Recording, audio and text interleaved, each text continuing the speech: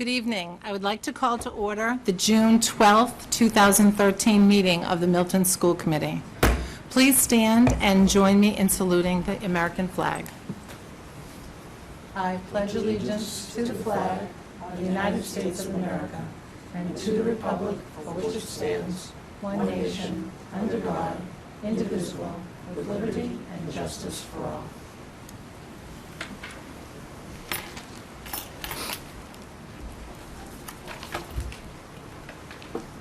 I'll wonder if anyone had any additions or corrections to tonight's agenda.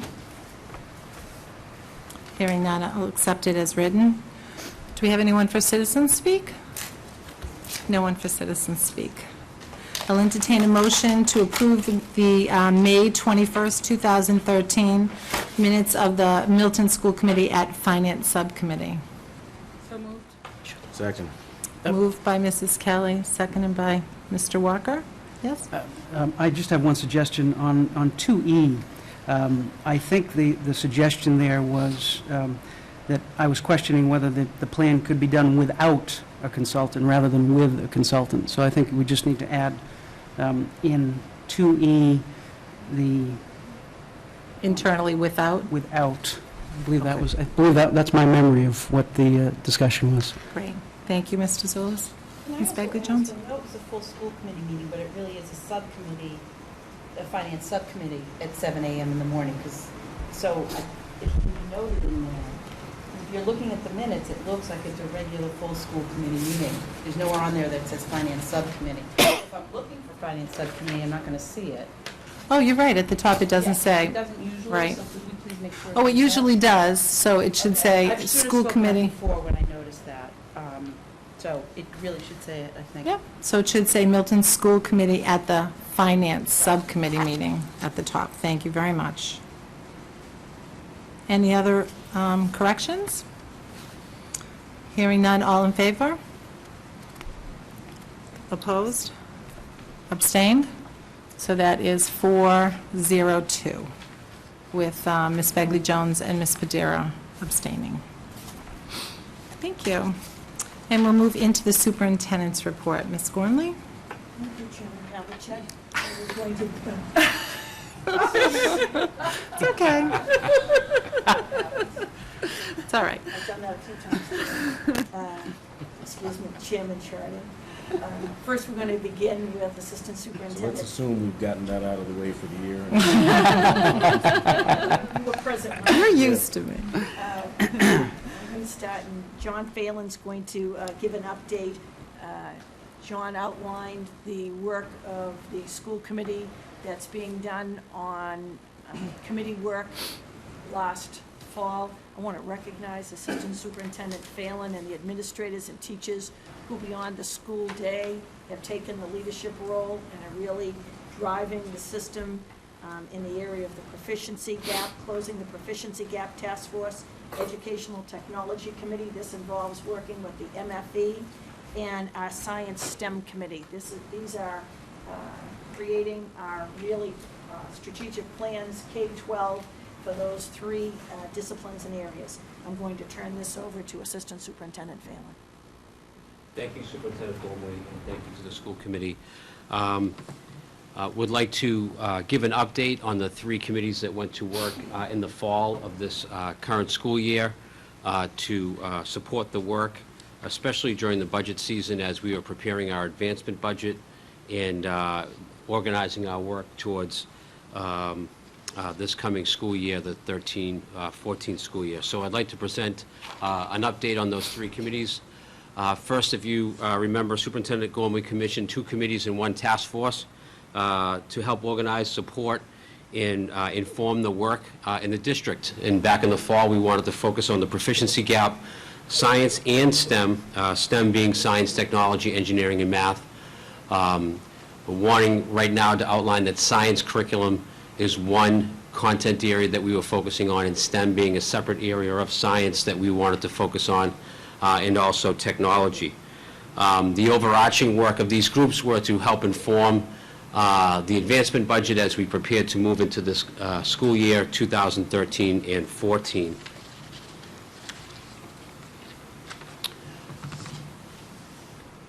One task force and 2 committees were formed, and the official titles of these groups are the Proficiency Gap Task Force, and as we know it inside the Milton Public Schools as PGTF, Science STEM Committee, and Educational Technology Committee. I'm going to address each one of these committees' original goals, objectives, what we have accomplished this year on those objectives, and the timelines for the remaining objectives for each one of these groups. Would like to start, first of all, with the Proficiency Gap Task Force. This group was led by Marcia Uretsky, the Tucker principal, Life Lagueros, who was our assistant principal and math coordinator at the Pierce Middle School, Courtney Walsh, math department head at the high school, and myself have been the co-facilitators and co-chairs of this group. The original goal that we had in our meeting back in November was to define and investigate the issue of proficiency gap as it relates to the Milton Public Schools student data, curriculum, teaching strategies, and programmatic offerings. We kept that goal very much in mind in every meeting that we had, and we did have a series of objectives that we presented to this committee because this committee, or this work to be reviewed, originated from a meeting and a conversation that we had here at this table. So I have a list of the objectives that we took on as a group, and I'll show you what we have accomplished this school year and the remaining items that we would like to take on.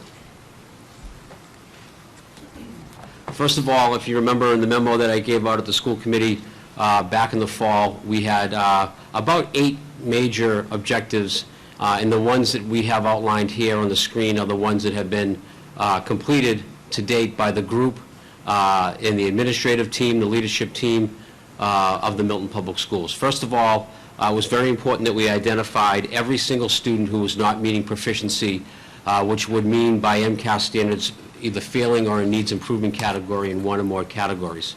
We did analyze that data, that non-proficient students, and clearly identified the trends in the student demographic groups by level and by content area. That data was initially given to every single principal back in the fall so they could identify every single student who was not meeting benchmark and begin their school-based and level-based work at their schools. We also examined this list of students by principal, and we reviewed and analyzed each intervention in place for each student.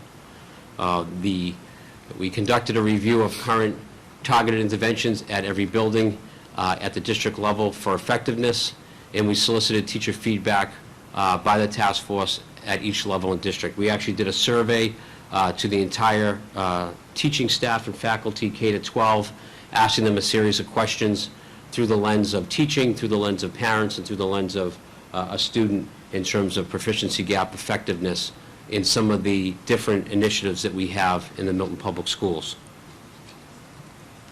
With that work done, the next steps for this group, and again, these items that I'm reading to you were the original objectives from our fall initiating meeting, was to review the current research and literature for best practices on narrowing the proficiency gap. We'll take that information from the literature review and weigh it against and compare it to the information that we solicited from our staff. We believe that we would also hold some focus groups for our staff to kind of dig a little deeper into some of the survey results that we have found. We have talked about potentially having consultants or resident experts come in and speak to the group. We do have some very talented parents and community members in the field that we might be able to access to come in and inform the group as we start to analyze the literature and the feedback from the survey. If we remember back to our work that we did on start times for schools, we had a resident expert who actually lived in town and was a professor at a college and was doing her research, and she was very helpful in outlining and providing a context to the work that we are doing, and we hope to do that as well with this group. Does anybody have any questions about the first task force before I go on to science and STEM? I have some comments, but I'll hold them to the end. Okay. So the next group that we had put together also in the fall was in relation to science and STEM update. The co-chairs of that group are Karen Spalding, Dr. Karen Spalding, the principal of the Pierce Middle School, Marilyn Decker, our case K-12 science director, and myself. The goal we put forth at that time was to provide a scope and sequence or a pathway of STEM programmatic offerings to students K-12 that is also linked to the work that we were going to do in our new science frameworks. At the time that we wrote this goal, in the fall, the new science frameworks had not been published. So that information came out in January, so that work was ongoing but had not been in place at that time. This group split the work between the science objectives that we had and the STEM objectives that we had. So for the science objectives that have been completed to date, with the support of, at this point in time, the advancement budget that had been passed, outlining our need for science achievement to increase in Milton Public Schools, supported by this committee, in the warrant committee in the town and town meeting, with a budgetary allocation that will support the advertising and interviewing and hiring of an elementary science coordinator. We have all the materials that we are able to purchase through the advancement budget. We had vendors out. We had the entire the entire Pierce Middle School staff in the science department review and revise the scope and curriculum and sequence and curriculum, so we could identify the science materials that we would buy to support the middle school curriculum. That was the major materials purchase that we had outlined in the advancement budget, and that work is about complete, and those purchases will be ready to be made on July 1st when we reach the next fiscal year. The next steps in the science branch of this committee is to finalize the hiring. Janet Sheehan and Marilyn Decker are the two administrators in charge of that screening committee. They are interviewing as we speak.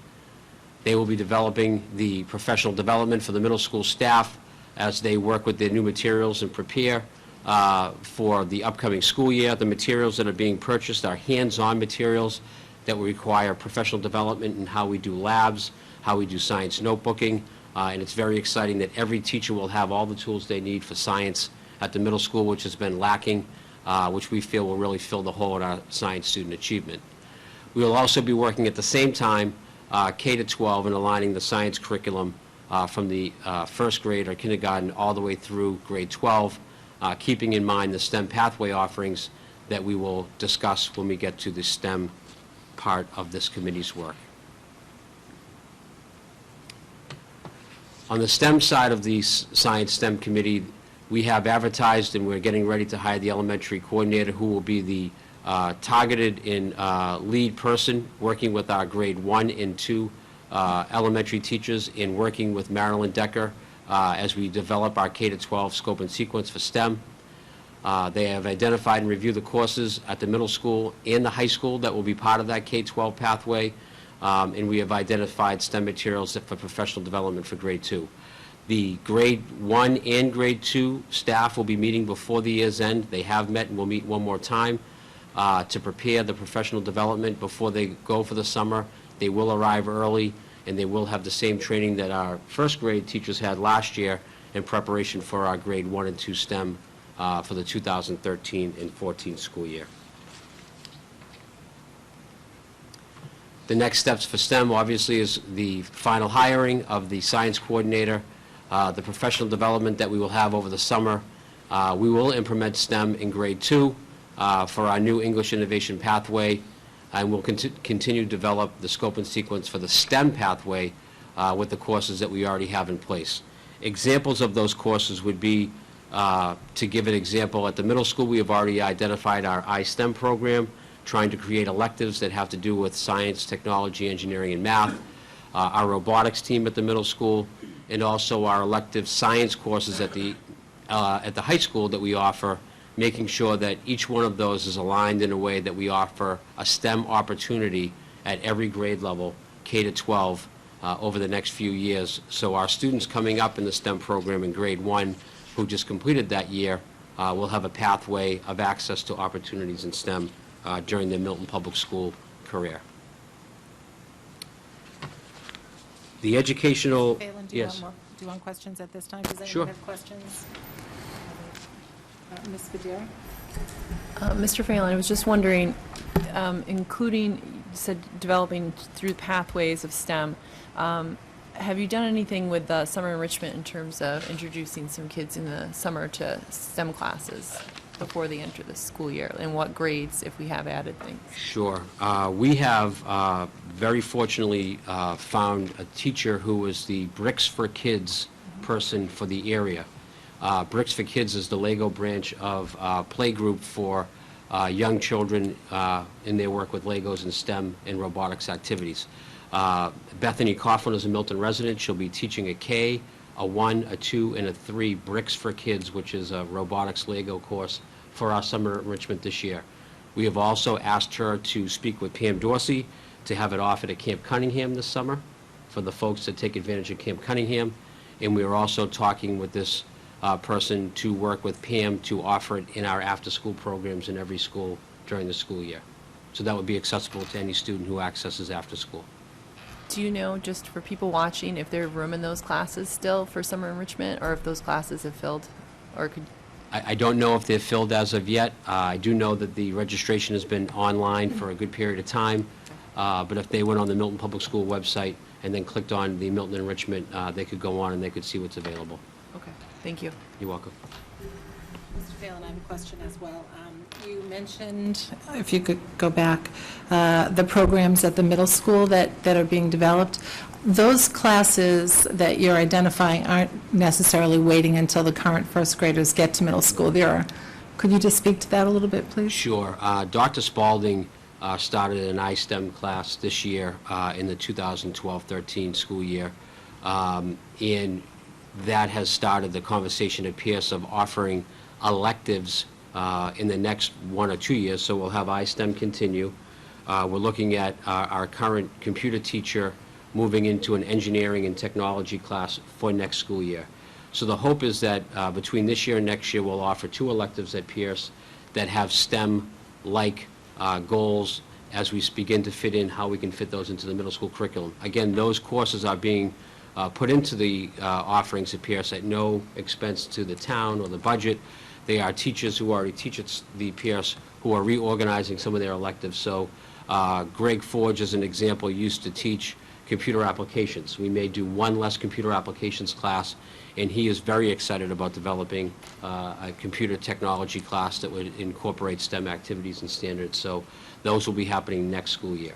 So those are the types of things that we will pilot and then over the next several years be able to say this is what K-12 offerings look like in the Milton Public Schools. Similar exercises are being done at the high school where we already offer STEM-like courses in the science department, but they will be more streamlined and they will be discussed in a very different way as we talk about them as a pathway K-12. Thank you.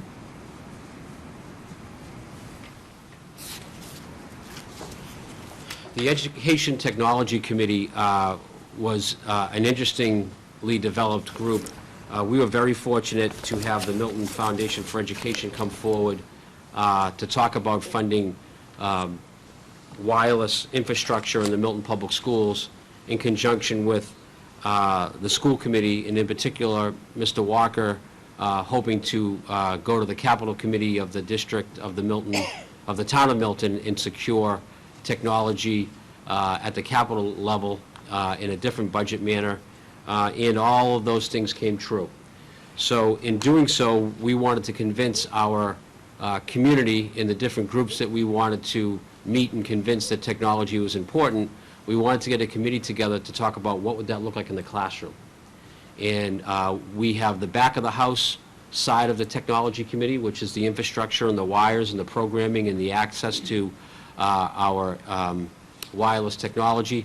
And then we have the front of the house group, which would be the folks who you see on the screen that are talking about how do we have teachers trained and how do we have access for students to be engaged in technology to enhance their experience in the curriculum and hopefully produce high student achievement results in a lot of different ways. So the folks who took this on were Principal John Redden from the Cunningham, Holly Concannon, current co-principal at the Glover and Math and Technology Coordinator, Michelle Cruiser, Vice Principal at the high school, and Amy Gale, Middle School Assistant Principal and Curriculum Coordinator. Their goal at that time was to provide a short and long-term plan for the educational use or uses of technology in our classrooms by teachers and students. The objectives that we had at that time, in which have been completed to date, for the public to know, is to enroll teachers in a committee from all levels and all disciplines, to demonstrate the need for wireless internet access through the Milton Public Schools, and develop an interactive marketing strategy and a teacher-led technology displays for potential funding donors.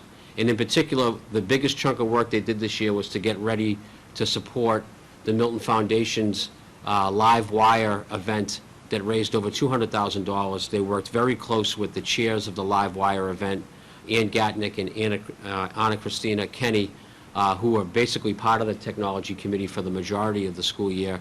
So that was the bulk of the work they have done thus far.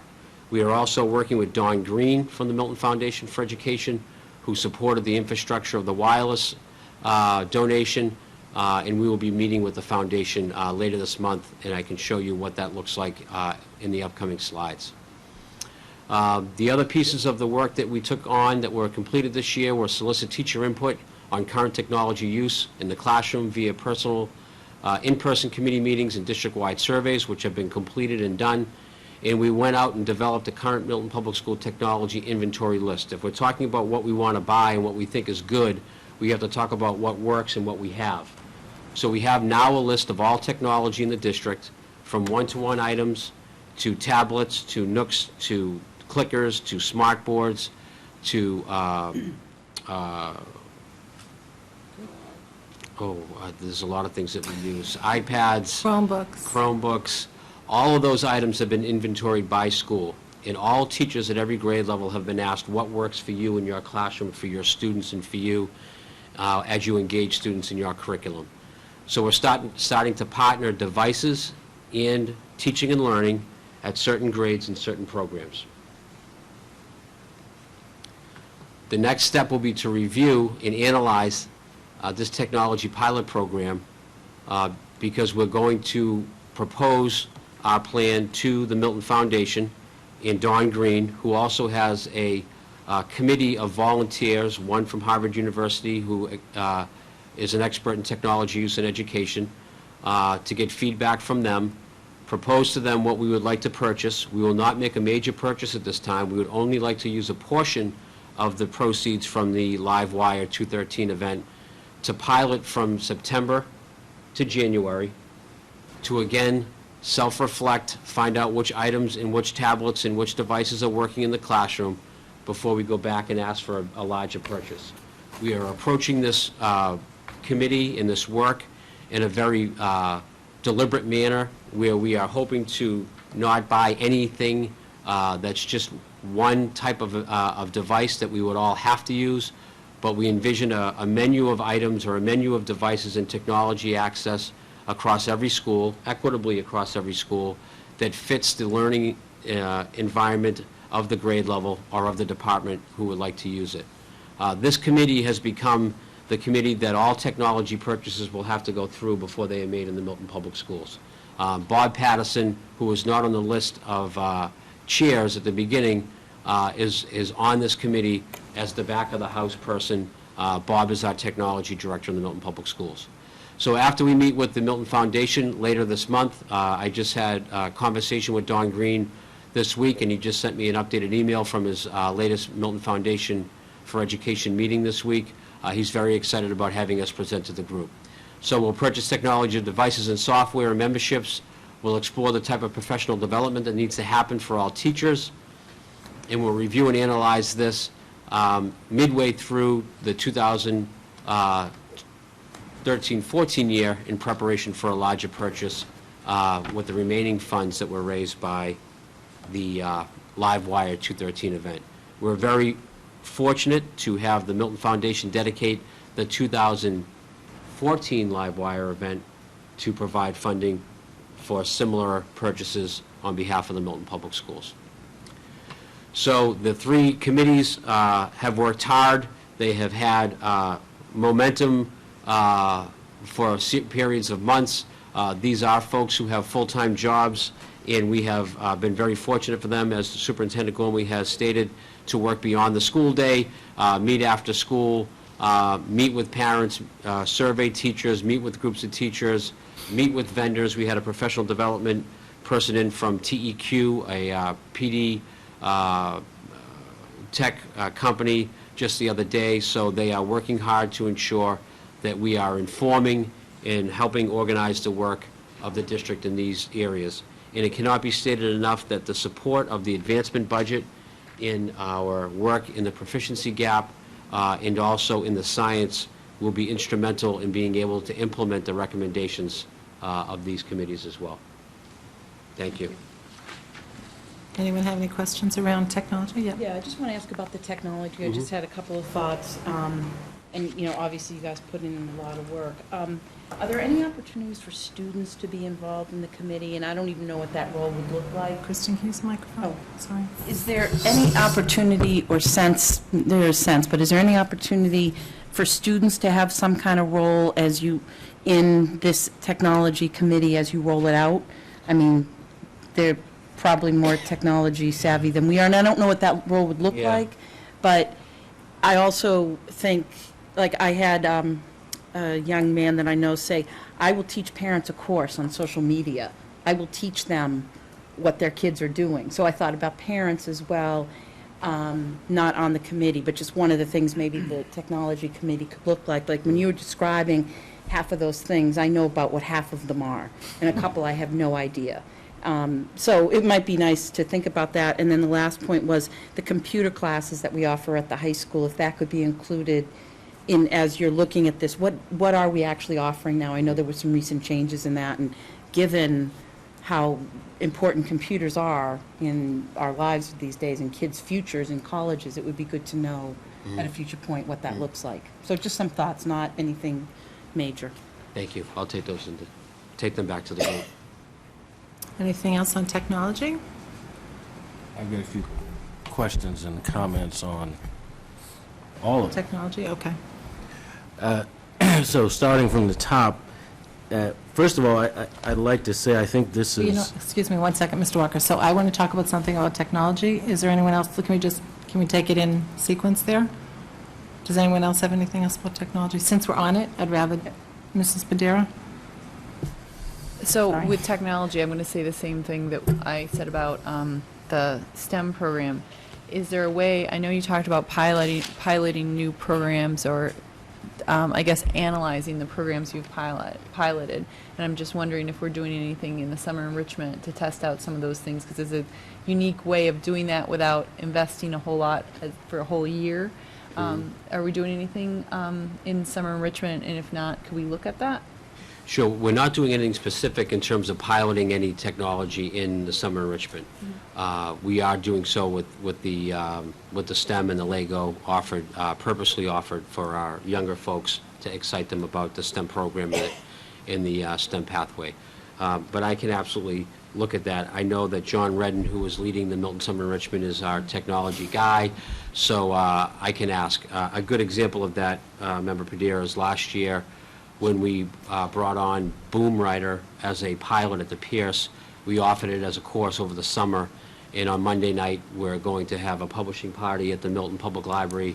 That's elementary, middle, and high school students who have participated in the Boom Writing program. So I will ask John if we can see how we can incorporate some of these devices as well.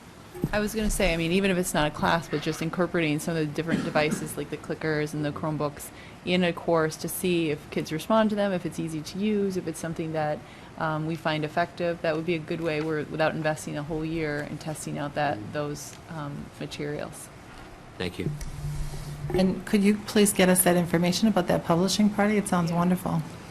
6 o'clock at the Milton Public Library, Monday night, which I believe is June 17th. Yes. We'd like to thank Amy Gale, who is the middle school assistant principal and humanities director. She has been the big push behind it, and she did a fantastic job. And we also had parent volunteers from the community supporting that effort. Parent volunteers. We had the parent in town who is actually the head of Boom Writer, which is a nationwide program, is a Yes. Milton resident, and we're very fortunate to have him here with us in Milton. That's great. Any other comments about technology? Mr. Zulus? Just one question, John, and maybe I missed it. Should we anticipate a product or a written long-term plan for the educational use of technology in the classroom? Is there a product that we should anticipate? Yes. So part of it will look like what the purchases should be, and the part of it should look like what, at the end of 3 years, what we hope to have in place and what uses we would like to have in place in every classroom.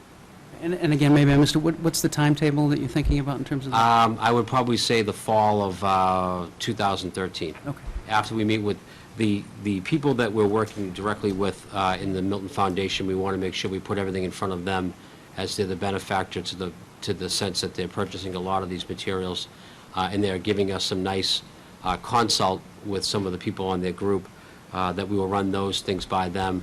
We'll put our plan in front of them, and then we'll bring to the public the summary, the executive summary of what we think the plan will be over the next 3 years. So we're just finishing year 1. Year 2 is the pilot for the half of the year, additional purchases, and then year 3 will be the ending of the purchases and the ongoing professional development. So, Mr. Phelan, you said the fall of 2013. You meant the fall of 2015 for the end of the 3 years. No, I think that Member Zulus would like me to present this committee with a product of an executive summary of what that plan looks like, and I think that we could give that Oh, to okay, this group sorry. in the fall of 2013. Thank you. Mrs. Kelly? Thank you. Tremendous amount of work. Thank you very much for everyone who's participated in it. So on technology, can we just get an update on smart boards and whether every classroom has smart boards and whether professional development has been planned for every teacher and whether we have a plan in place that oversees whether that technology is being used? I think all of what we're talking about is wonderful and can only enhance education, but there was a considerable effort to put smart boards because we thought that was now maybe it's not the technology that we think should be in every classroom. If that's the case, I think we need to have that discussion. But it all needs to be put together, I think, because I think we're sort of jumping in leaps, which is great, but I think we need to maintain balance. And I'm a little concerned about equity and making sure that all elementaries sort of have equitable technology exposure. And how we manage that process, because sometimes that can, especially when PTOs participate, et cetera, it can get imbalanced, and I think our role should be to make sure that it maintains balance. Can I speak to that? Absolutely. So in our work with the Capital Committee and in our work with the Technology Committee right now, the goal is to have equity across school and across level. The Pierce Middle School right now does not have the same level of smart board in each room. The goal of the committee is to have a smart board and a hub computer for the teacher to be the centerpiece of the technology that will work from that set of technology, the hub computer and the smart board. And the devices and the softwares and the activities and all those other things revolve around the smart board and the hub computer. I think a lot of people keep saying, well, why are you buying desktops? Why would we replace desktops? That hub computer that goes along with the smart board is at a higher level of that is able to access and bring through all the software technology that is enabled in these devices that we would like to use in each classroom. So we do want to provide equity in smart boards, and I believe the Pierce Middle School, we will be presenting that we would like to buy some smart boards with some of that money for the Pierce to bring them up to a level of equity with the other schools. The reason why we took the inventory of every school in this committee was to see where there were holes in any kind of devices or smart boards or hub computers that we would need to fill before we moved on to a more elaborate purchase of things that may be seen as, we don't want to go farther than other folks already have. So that is definitely part of what the committee is looking into and paying attention to. The professional development, as I mentioned earlier, we met with a gentleman from TEQ Services. They specialize in technology for teachers in the classroom and students in the classroom. And we met them at the MassQ event, which is a state-sponsored technology event held each year for practitioners and educators. And we followed up and had them in to talk about how we can best bring our teachers up to a skill level in all of these different types of technology devices and how they can then be connected to teaching and learning. So that is also being explored as part of this committee's work. You're welcome. So I just want to say a few things about that committee, because I actually participated in 3 or 4 of those meetings, and it was so, you could feel the excitement in the air at every meeting. It was like show and tell, and when you talk about best practices, people were bringing, a new thing that they had tried with a piece of technology and sharing it with their peers, and it was palpable. You could just feel the excitement, and you could tell they couldn't wait to get back and try it. And that's why I think it's wonderful that you're talking about piloting these things and not just jumping in, to give it a try with a specific group and see where that goes. And I think that's a very wise and it's a smart way to use of our money, that we're not just jumping in, and we should speak to that. I also want to say that I think that the commitment that the MFE has made is really unprecedented. I don't remember a time when they've committed 2 years' worth of fundraising to one topic or one theme. And, their efforts on our behalf are just extraordinary, but that's just really exciting that they've known that this is, identified this need and are flying with this commitment. So again, we're thanking the Milton Foundation for Education. And I just want to say one other thing that I heard discussed that wasn't identified in this presentation was that not only looking at the materials and the technologies that we have, but ways to better utilize them. So, looking into Apple TVs and software, things like Reflector, and using your iPad and taking over other iPads. And there's so much technology out there, and just even looking at ways that we can better utilize what we have in our classroom and take it to the next level in terms of supporting teaching and learning. So I just applaud the work of this committee and thank all those folks that have been working so diligently. Mr. Walker? Thank you. So I think, as I started to say before, I think this is some important preparatory work, and that it will support the advancement initiatives that we've identified. But a few questions, a few comments. The third advancement initiative is early literacy. Not clear where the preparatory work for that is being captured. I thought perhaps under proficiency gap, but as I look at the stated goal, it's fairly narrow in that regard, so I don't know that we've captured early literacy. So interested in what our plans are to create the foundation that you're creating here for STEM and for proficiency gap. Second, the next steps on proficiency gap I think might lead one to believe that we're still in the recommendation stage in terms of how to address this issue, but I would point out particularly for the people at home, this year's performance goals for the superintendent do include some intended progress for the African American subgroup in that regard. So it isn't that we're simply building this foundation. We are looking to make some progress there as well. On STEM, a question about whether, Ms. Pereira asked about summer enrichment in a couple of instances. For those first graders that have completed their first year in the innovation pathway, any thought about how to create some continuity for them in summer enrichment? And might we give them preference if they were interested? We did not discuss that. We only discussed offering any and all students who wanted to participate in the Milton Summer Enrichment a STEM-like course at kindergarten to stimulate the interest in first grade, for prepping them for first grade if they were going into the innovation pathway, and then to follow up with it for 2 and 3. There was a lot of discussion last year, or the year that we're in, that there was a lot of 3rd and 4th graders who said, geez, I really would have liked to have done that. So the hope is that, to Linda Lee's point, that we can put in, we don't just have to start this grade 1 to grade 2 and wait 12 years. We would like to actually install STEM opportunities across the 12 grades, hopefully, in the next 3 years. So for the summer, we do not have any targeted follow-up programming for summer enrichment for our first graders. I can ask Principal Redden if there's been any discussion or request for that during his summer school director work. And if so, we can start to see if we can provide that for him. Great. On technology,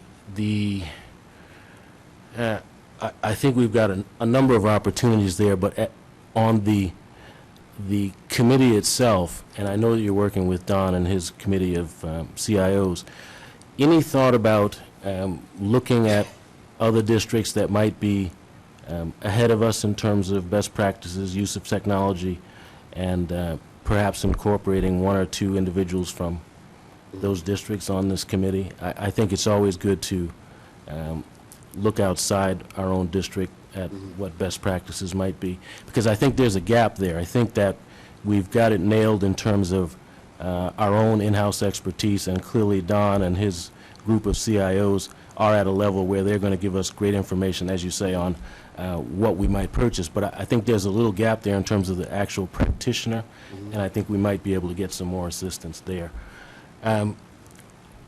The other question I had on technology was just whether I'd like to see a more robust and detailed discussion of professional development, what the plan is, and how we plan to monitor proficiency. Because I think we know at this point that we have some uneven levels of proficiency amongst our teaching staff, and obviously the objective is to get that at a more consistent level, but I'm interested in how we'll monitor that, and how we'll make sure that all of this wealth of technology that we're now or will soon be enjoying the benefits of gets used in the most effective manner. So I'd like to hear more about that. Okay.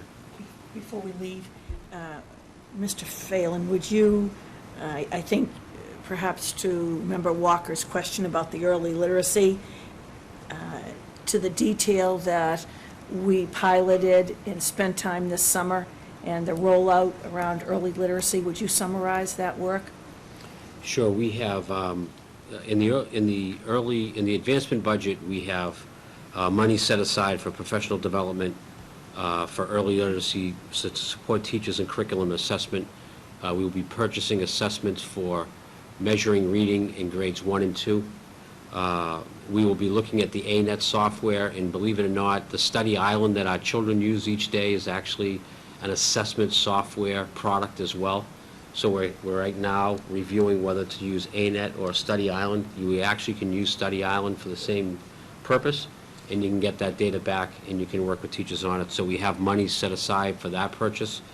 Our work this year and over the summer will be with our coordinators at the elementary level to train every single first and second grade teacher in the components, the phonics component of open court, so they are all aware of the exact expectation that they have to do with their children daily.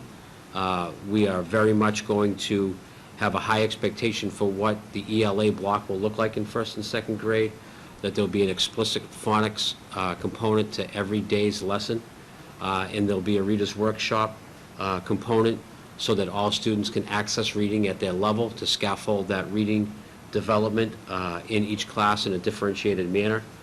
We hope to hire some contracted service PD that will exist all year long, specifically for grades 1 and 2 around early literacy, with the goal that is very much in relation to Superintendent Gormley's goal in her evaluation, that we raise the achievement of every third grade reading score in the district. So that targeted work in grades 1 and 2 has materials and PD targeted through the advancement budget, contracted services and PD through the advancement budget, and is a priority for first and second grade in the 2013-14 school year.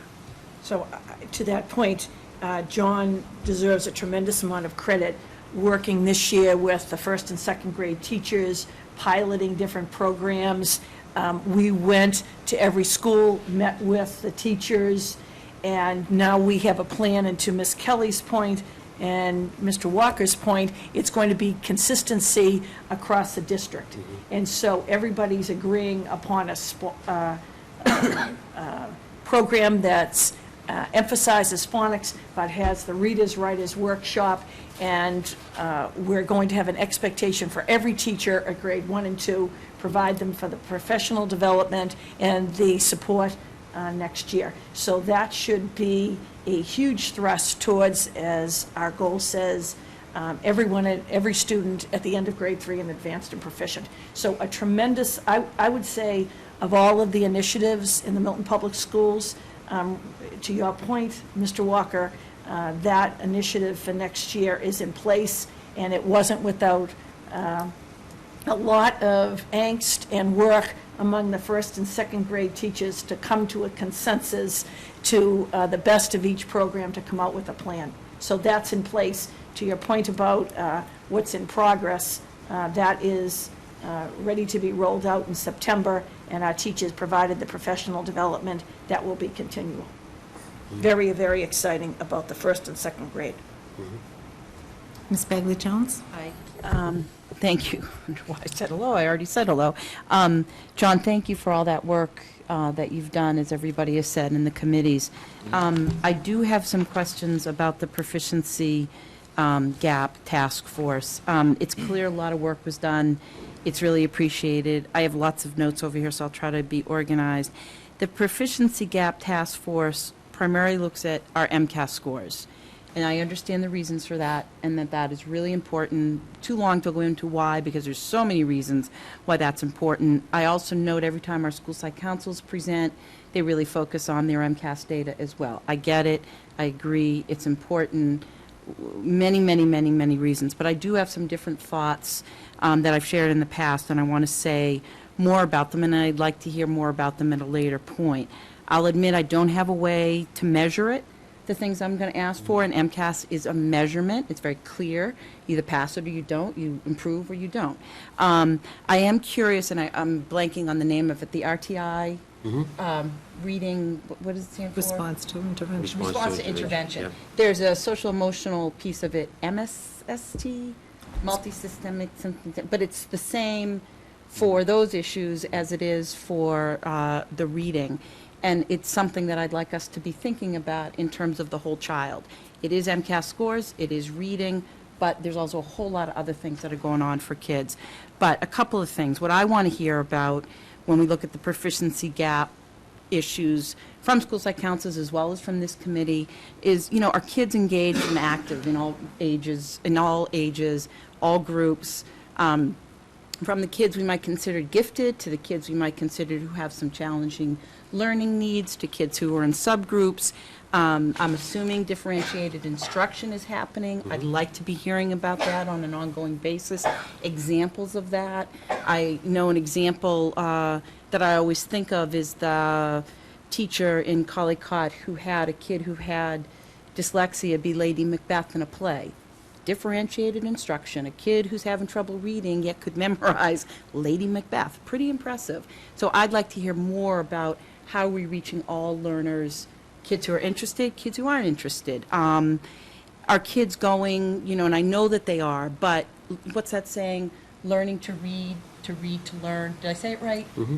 So in kindergarten to grade 3, you kindergarten to grade 2, you learn how to read. Right. And third grade up, you are reading to learn. So then, how engaged are our kids in the love of reading? What are we doing to support that? Because we know lifelong learners have to love to read. I mean, it's just, you have to be able to love reading. Am I going too fast? Because I have a couple more No. comments. Okay, the kids who are shy or lacking confidence or are disengaged for other reasons, stuff's going on for them. And, I'm a school social worker, so I'm always thinking about these kids. How are we connecting with them? For example, the iSTEM program at Pierce, I believe, was offered only to kids that had already scored proficient on MCAS. They had scored Advanced. higher, advanced. So then the kids who really need that hands-on, maybe a different way of learning, didn't even get an opportunity to participate in that pilot program. The kids, and I'm not saying advanced kids don't deserve it too, but here we've got a group of kids that maybe we could have engaged more so that their scores could go up. So I would really like things like that to always be, when we try to do initiatives or pilots, to always be looking at how do we pull in those kids that aren't as engaged as the kids who get straight A's, who already are doing very well.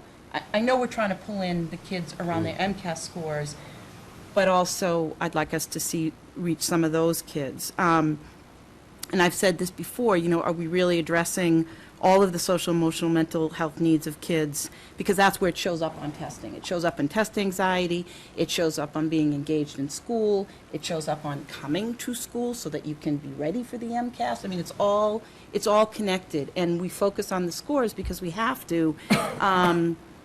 But I think we have to make a push for how we engage all the kids around engagement and love of learning. And I know that's a little bit of a soapbox for me, but I really feel strongly that, yes, the proficiency gap around our subgroups and around our MCAS scores are crucial, and we have no choice, and we should be addressing them. But there's also another group of kids that I feel like we could be losing, and I've been talking about them a lot. So I'm still putting it out there. Yeah, I think that we do very good work with those students too, and there's a host of things that we do that I can share with you, but we have student support teams in every school.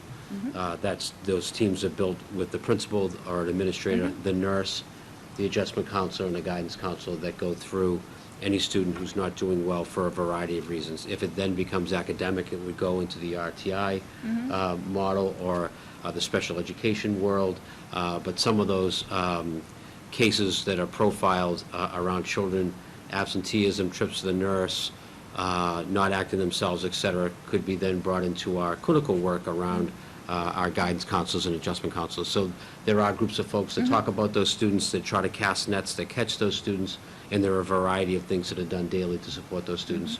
But we do keep them in mind as well. And that would be helpful to hear more about in things like this. Okay. Thank you. You're welcome. Mrs. Padera? Yeah, so I also have just a couple comments about the proficiency gap task force, and it kind of overlaps with the early literacy as well. With two things I've mentioned before in other meetings, but two targeted groups that I just think should be looked at, and maybe if you're identifying all the students that are in need of improvement or failing, I don't know if we could identify which among those students were transfer students, or students with very little background going into kindergarten, or very little or no preschool background. And I think that Tucker did a really good job at identifying and supporting some transfer students, so if all schools could look at the things that they have done maybe. And the other thing is, when Ada Rosemary was here with, I forgot the... Carolyn Lyons. They talked a lot about early interventions with kids coming into kindergarten. I know that some of the elementary schools do home visits with all their students and could work with some of these parents in developing intervention strategies over the summer to get them a little bit better prepared. But first, if we could look at if that's part of the, a large number of those students who are having problems on the test are in those targeted groups, and could we look at what things we've worked at in the past that have worked and what things we need to do. In addition, I think she had some really great strategies for working with those parents. If we're not able to get them into a preschool, then what can we do with the parents, training with the parents to get them ready for kindergarten? That's very timely, if I might address that. You understand we have our summer enrichment here.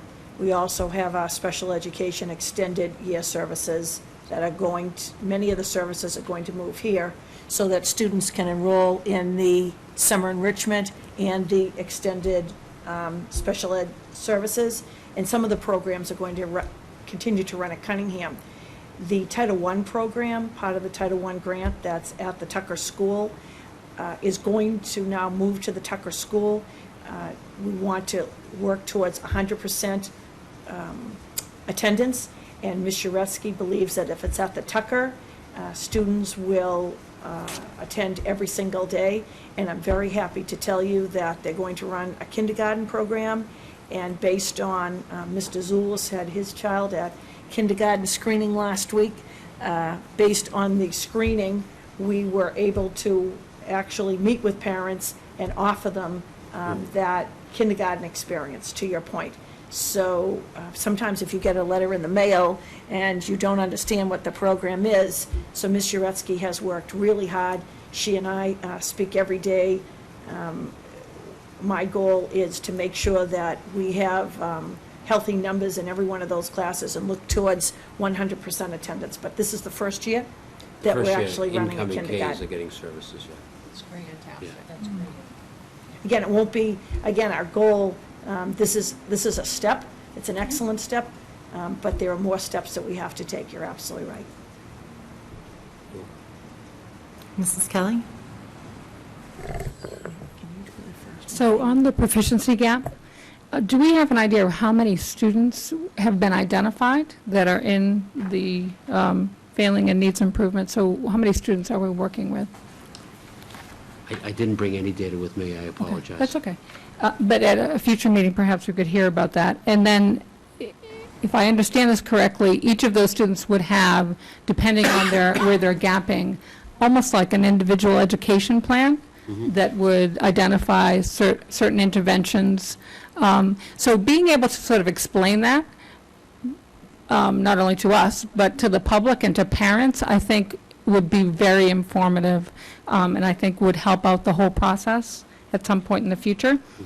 And then going to STEM, I think we've talked about this at Finance Subcommittee, but the lines seem to be blurred in terms of program, and I think we need to detail out very specifically how the program is different in one track versus the other, because as we talk about this, it sounds like everyone's getting STEM.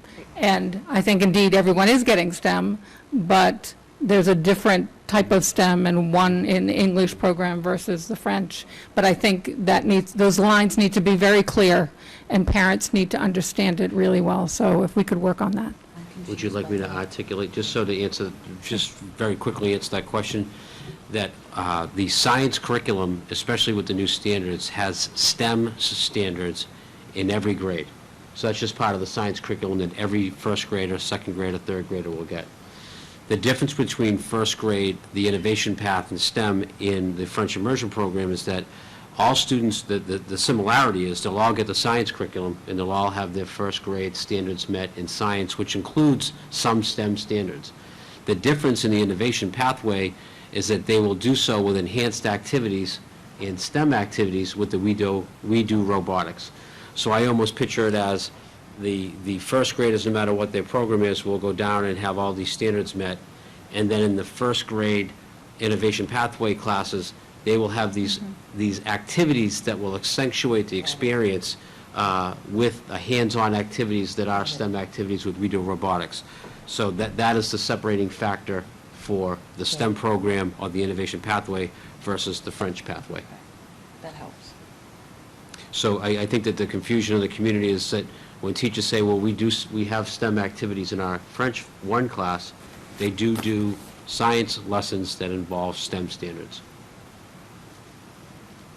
And so we'll bring those numbers that have been identified, a number of students in failing and needs improvement in each school. And to Mrs. Kelly's other question, I believe after one of the presentations, it came up about smart boards and equity, and in one of the green folders, the question was valuable for us because it gave us a jump start for the technology committee. We surveyed where the smart boards were. We did the back work of whether PTOs or MFE, or you heard Mr. Redden talk about a Girl Scout troop buying one.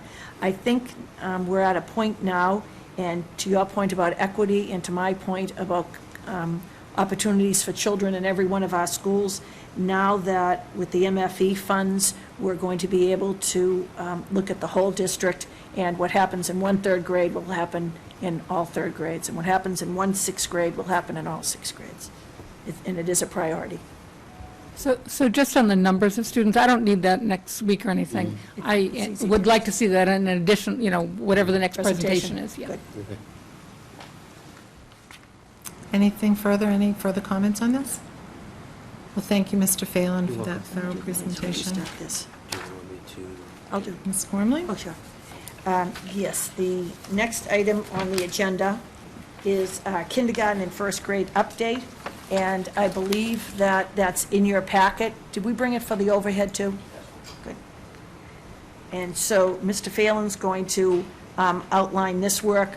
I just want to say that on behalf of Assistant Superintendent John Phelan and Sean Walsh, our human resource specialist, a tremendous amount of work has been done with kindergarten and first grade registration. assignments. And as I say, when I speak to families, and it's the standard that we want for all of us who are dealing with our families coming into kindergarten and first grade, our goal is to have families placed in the schools and the programs that they want, working around our class size caps, our policies in kindergarten, and our policies in first grade about program assignment.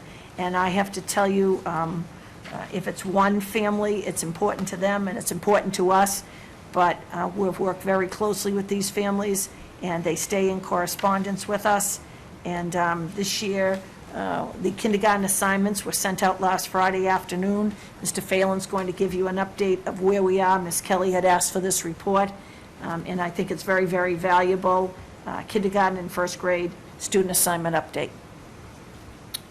So we'll start with the kindergarten folks who were notified via email by Sean Walsh last week.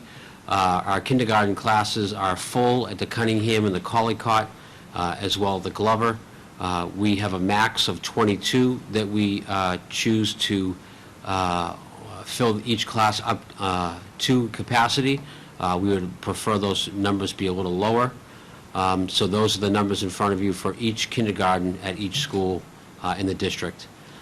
If you notice, the Collycott has 4 traditional kindergartens, full day K. Cunningham has 3 this year.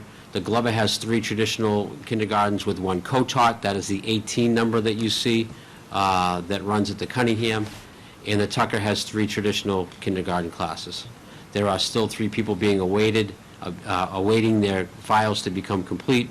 And they would, if they do in fact complete their packets, the next phase of assignment, if we do have any new students to kindergarten, will be done the week of June 24th. So this is the current state of the kindergarten assignment.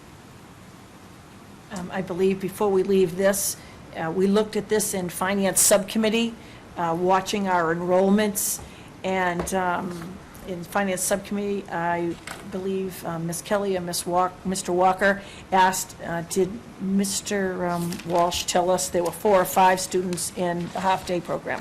4, correct. 4 students. So Mr. Zulus had asked if the commitment was made by all of these parents financially, and these parents, these incoming parents, have worked very cooperatively with us. The packets more than any other year, and all of the documentation is complete. What we're doing now is I have one of our registration people historically looking between the end of school and Labor Day what the change was of students, families deciding that they weren't going to send their children to kindergarten, and how many over the last 2 years new kindergartners came in to give us a feel, are we in place, or do we expect more students, or do we expect anyone to drop out of kindergarten? So we're watching these numbers very, very carefully, because for Finance Subcommittee and for the School Committee, this also is a budgetary issue when we're getting towards the caps and the class sizes. Ms. Bagley-Jones, sorry. So a question, if 5 more kids move in the Cunningham area for kindergarten, where are they going to go? And any student who enrolls in kindergarten from this point on, as long as we still have capacity at the other schools, will go to the open seat. So any student that enrolls right now would go to the Tucker School. And that's our policy following the procedures. Any other questions? One other question? So the 3 that are incomplete, they go to the Tucker no matter what? That's correct. Okay. And then what do you do after Tucker gets 22, 22, and 22? That is a subject that we brought up at Sub-Finance in regards to what the capacity of the district is and why Superintendent Glomey is researching the likelihood through the trending of data over the years of how many kindergartners happen to move in over July and August. The good news is that we've never had as many folders full and complete and ready to go than this year.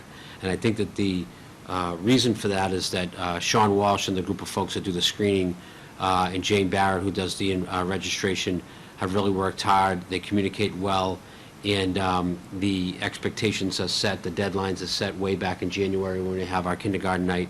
And so we are on about target for what we projected our enrollment to be for kindergarten this year.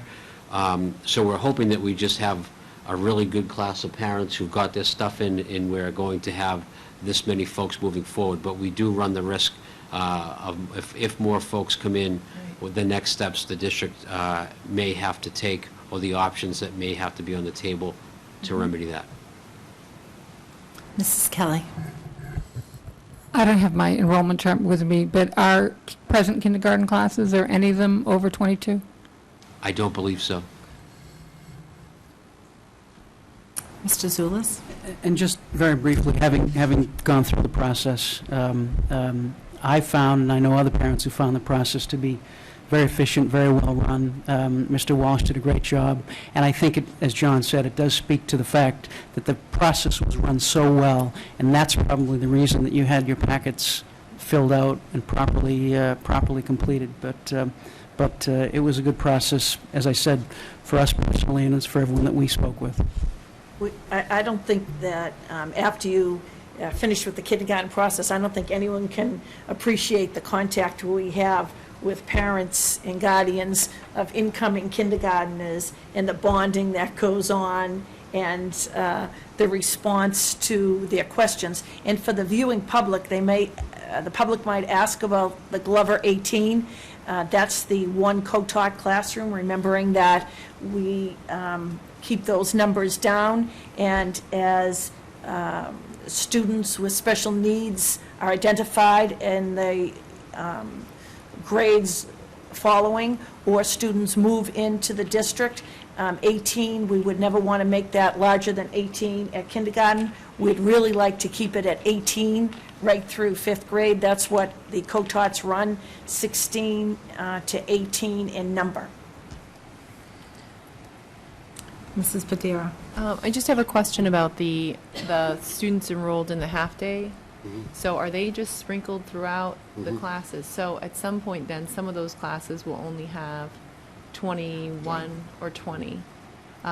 So that would be another option, is look at maybe putting them, morning and afternoon to make the class less for parts of the day. Do you know what I'm saying? They organize the day, but the students do leave halfway through the day. Those 4 students would leave halfway through the day. But if we were to have a need of potentially having more students than we have seats, looking at where those students are placed would be something that we would do if we had to have a 23rd, that it would at least be in a class where someone would be leaving partway through the day, and that might support. It would make sense if that was one of the options that we would explore. And to your point, I would never advocate for a child going half-day the second half of the day for kindergarten. But when you think of it, when we used to have only half-day program, half the population went in the afternoon, but almost 100% of parents with kindergartners always wanted that, I'm up fresh in the morning and I'm going to get that prime time first half of the day. But creative idea. Any other questions about kindergarten enrollment? The projected 2013-14 grade 1 sections are on the board and in your hand. It is a grid that goes with the schools down on the left and the class size in each of the program offerings that go across the top. So we have, in the Collycott, we have a 22 class size and a 21 in our 2 Innovation Pathway English classes. There's 1 special education child there, and we have 22 and 22 in French. That's a total of 88 students. To Cunningham, we have 20 and 20 in our Innovation Pathway class with 2 students on IEPs, and 22 and 23 in the French class, 87 in total. At the Glover, we have a 19 in English and a 10 in English. That 10 is combined with that 5. That's a co-taught class of 15. And we have 26 and 26 in French in the 2 first grades at Glover, totaling 86 students. At the Tucker, we have an 18 and a 17, no students in IEPs. We have a French class of 24 with a total of 59 students. We have students who are embedded in these English numbers, who, the total 9 from the Glover and from the Tucker, who have a number that they would have the order for which they would be placed into a French class. So when we do have 9 people in the district that would like to be in the French program that are currently assigned to English. So the current breakdown is there's 147 students in English that chose English or are in English. We have 165 that chose French. We have a total of 320 students.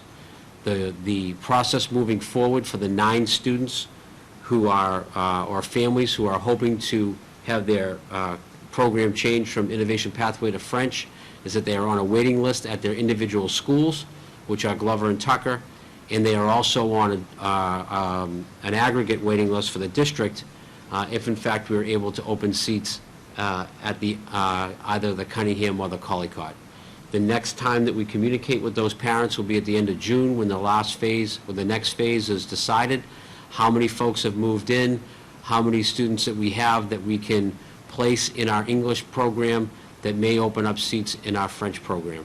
If the group could bring themselves back to the policy that we voted and the process that we are using, that we are saying out loud that we will have a maximum of 26 in a French class, and we have a minimum of 18 in an English class. So if we are to move anyone out of an English class, we would have to have someone to replace them before we could move someone to a French class that's not at 26. So an example would be, if I was at Glover and I was in that classroom and I wanted to be in a French class, if nothing opens up in French here, but folks move into the district and that number can go up to 21, then I can ask that if I'm next in line, to go up and be the 23rd member of that French class. So we had a building-based lottery in every single school available. The lottery was held in Glover and Tucker. There was no need for a lottery in the Cunningham and Collycott. Those numbers balanced themselves out. We should give a lot of credit to Marilyn Decker and the STEM program for giving parents an option that they felt was viable. So 2 of the 4 schools did not have a lottery. The other 2 schools did. So they have a building-based number that could put them in an order to which they might be able to access their schools' French openings if they occur. And they have a district-wide number if in fact we are able to open up a seat for them at another school besides the one that they currently are enrolled. One quick thing. So, Mr. Phelan, I just want to, you said that we have 147 in English, but it's really 155 because it's 147 plus the 8, correct? That's correct. So it's 155 in English and then 165 in French? Correct. Okay. Ms. Bagley-Jones, oh, sorry. The 147 chose the program or have been placed in the program. The 8 were on IEP, so they didn't have that choice. Thank you. Yep. Can you Sorry. just repeat the example you gave about the 18 at Tucker and someone new moves in, opens up? Just say it for me again. Sure. So the overarching principle was that we needed to have healthy numbers in our English program before we then filled any open seats in our French program. So right now, someone's saying to us, geez, I'd really like French. I go to the Tucker, and there's 2 slots over there. Why can't I just go in that slot? I live here, I asked for it, why can't I? Because we decided as a group and as a committee through our policy that these numbers needed to maintain a healthy number that we felt was educationally sound. And we used 18 as the number that we would like to see that at. So if this number, if any of these students were placed at either of these schools that gave these numbers an increase, that would allow us to take people off the list to occupy the French seat. And they would go to their home school first? They would go, if available, their home school first. If not, they would be offered a seat in a school within the district that had an opening, which at this point in time, there are openings at the Glover, at the Collycott and the Cunningham. Up to 26. Correct. Ms. Bagley-Jones? I'm sorry, Ms. Padera, sorry. So I just want to clarify, you said a number of 18, but then you also said if the Glover number got up to 21. Is there a specific, or are we looking for a round? What's the English So number? the reason why that 17 is staying at 17 is that after everybody chose and everybody was assigned, someone moved out of town. Okay. So we didn't take anybody out, we're just waiting for the process to take care of itself. So we'll let the phases take place. So we didn't respond by putting anybody in taking someone out of French, that would not have been a nice thing to do. We know we'll get students in over the summer. Right. So we know we can replace that student in that chair with the new students that come in over the summer. So that's why that's a 17 at this point in time. Okay, and then what's the number that you want for the co-taught class? Is it 15 then? No, between 15 and 18. Okay. They But grow 15 to is the 20 at minimum. times. Yeah, so if you notice, we had an 18 in the kindergarten. Right, and then new to grade 1, that's not all people that are new to grade 1. Those are people that were in the school, correct? This is That the number? existing kindergarten population that we currently have this year and how they're placed in grade 1. We have not included any new students to the district at this time. And I would like to say out loud that we will not place any students in either program until we place all of the students who we currently have in their program of choice. So that translates to the 9 families who are awaiting their desire to attend the French program will be placed over anybody else from outside the district who move in. So those families have priority over anybody that moves in, regardless of where they move in. All right, so I'm just clarifying that 9 are children that were already in kindergarten that are waiting on the wait list. Correct. So those 9 students are represented in the English class. They're already assigned English seats. Okay, so there are 9 students that are currently on the wait list, the Correct. original wait list. Correct. So out of 320 families, only 9 students did not get the program of choice. So, Mr. Phelan, just to clarify that, I think that the label there, new to grade 1, is a little misleading. It's hard, like, if we're going to post this on the website, people will not maybe be clear with what that means. Sure. I think that's there for us to know that there's 9 people queued up right now, are waiting to be assigned, but we're not assigning them until the end of the month. So we have the capacity right now to assign them to a school, but we won't do so until the end of June. That's what the policy said. Right. So we have 9 families are waiting to be placed, which ironically is nice because we have 9 families who are in English right now waiting to go to French. So we're hoping that those 9 families can be placed in seats in English where those 9 families want to be placed in a French program, and that would be the way that the process was set up. So we can take that off, but those families have not been assigned yet. But again, we have 3 phases to this. We're ending the second phase at the end of June. We will place a series of families at that point in time. We will realign these numbers. We will wait until the late August to do the next phasing in of students being assigned. And again, we have until the 10th day of school per policy. Right. And then after that, all lists go away and everybody stays where they're at. So I just heard you say something different that time. So you're saying that there are 9 families that are new to grade 1 waiting placement. Correct. And 9 families that haven't been assigned, correct? Let me say it again. I'm So I sorry. apologize for the confusion. Did I hear it different? I just heard it In- differently that time. In when you these explained it. 320 students that Right. total everybody here are all of our kindergarten students. Mm-hmm. In this big group of folks, in these English classes exist at the Tucker and at the Glover, 9 families that want to come out of English and go to French. They're in these 320 total students. Separate from that, who have not been assigned at all, there are 9 families who have full packets who wish to join the Milton Public Schools for grade 1, who have not been placed yet. They will be placed at the end of June, and when they are placed, we will strategically look at how they're placed to hopefully support people who are waiting to be leaving of English and moving into French and facilitate that for them per the policy. So maybe just add 9, new to grade 1, 9, and waiting Sure. They'll have a placement to waiting French, number. 9. It's just a coincidence that the numbers Okay. are the same. That's why it was Correct. confusing It is. to us. Sorry. That's okay. Mrs. Padera? So just follow up to that, you said that at the end of June, you're going to be doing the next process, and how will parents be informed of that decision of that Email. process? We will be emailing the 9 families. We have, believe we sent an email out 2 weeks ago asking for their patience and letting them know that we'll be doing so at the end of June per policy.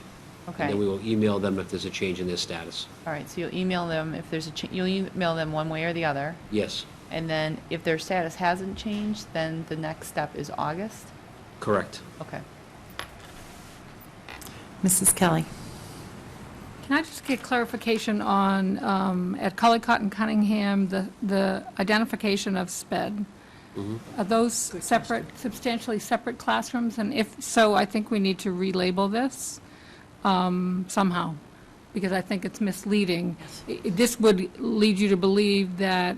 There's no one on an IEP in Tucker. Correct. Or, quite frankly, there's only one student on an IEP in the entire Collycott. So we could So- relabel that column sub-separate program students, something to that effect. So, right, so they basically are in a Good question. substantially separate classroom for an amount of time, but they also will go into the English classrooms only, is that still correct?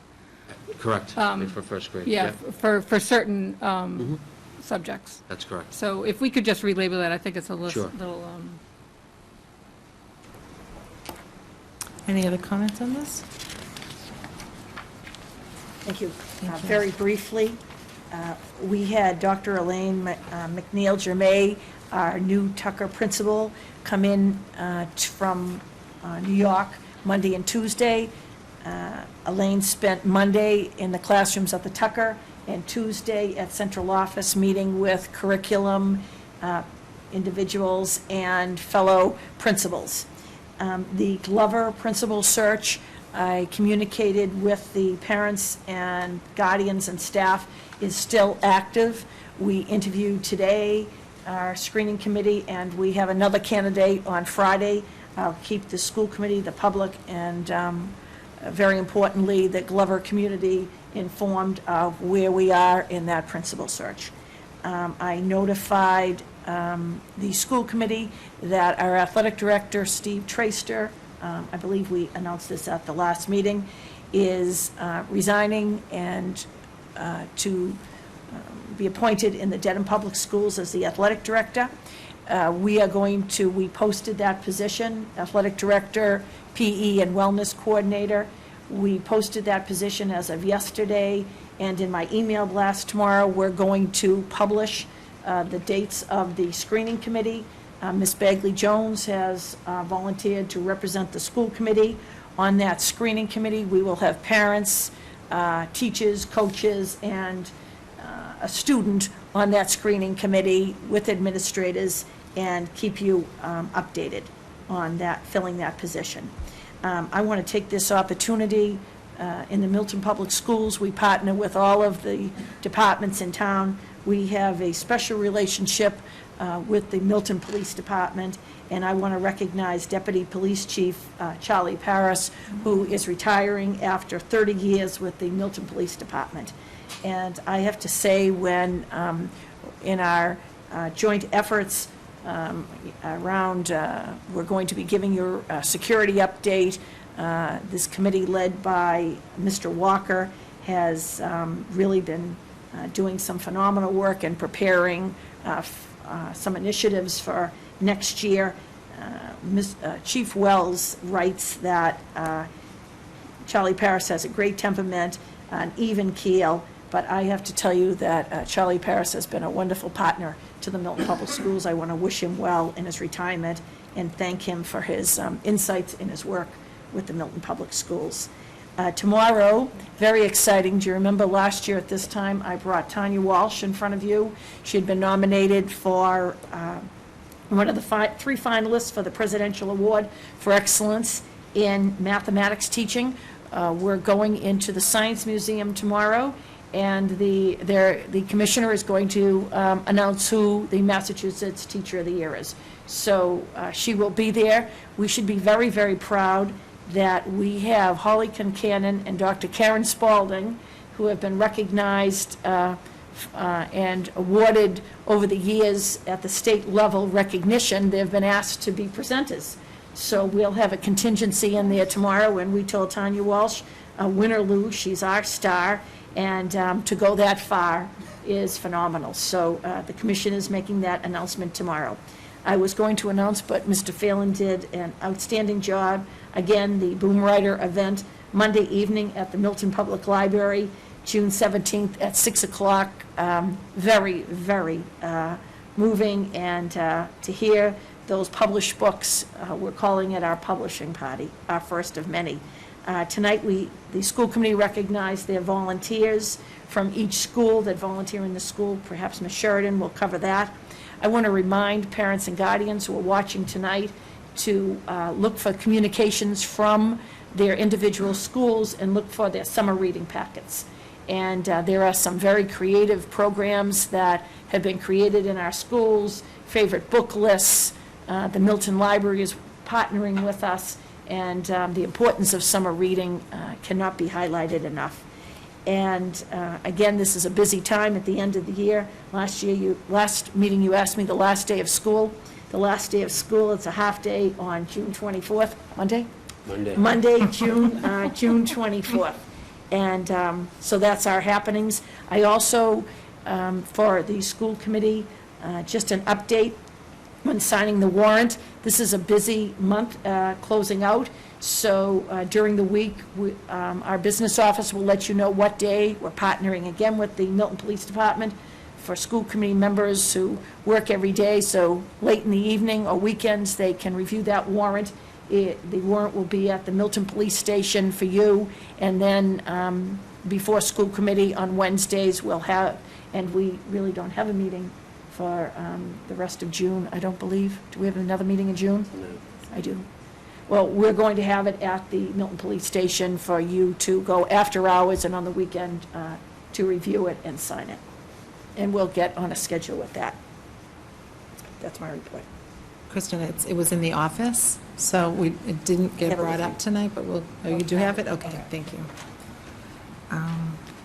Thank you, Ms. Gormley. And I'd asked Nancy Mern to, just continuing on that warrant topic, to be really clear with the times, the date that the warrant would be placed at the police station for us to go and look at it, as well as the date that it needed to be due back by, so that we had clear parameters around those needs. Mrs. Kelly?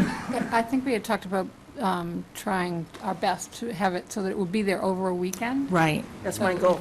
Yeah, if we can get it to that. And that'd be great. I think Ms. Gormley wrote this week that it wasn't done this week, but going forward, that is the plan. It's at the police station during the weekend. Sorry?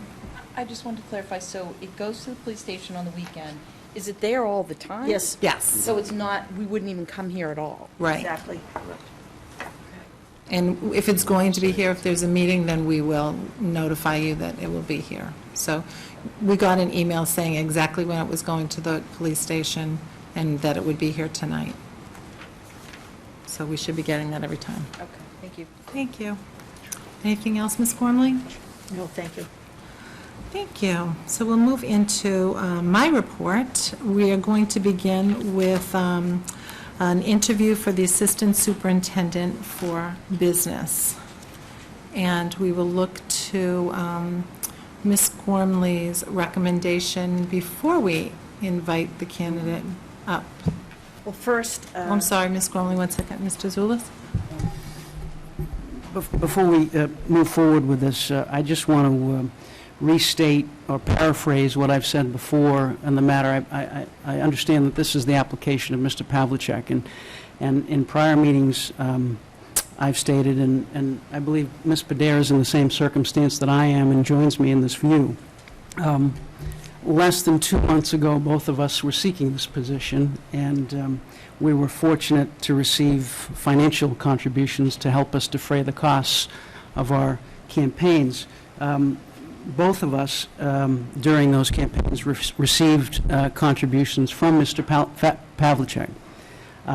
Now, I think it's important to note that at that time, there was certainly no contemplation on either of our part, or I'm confident on anyone's part, that Mr. Pavlicek would be applying for this position.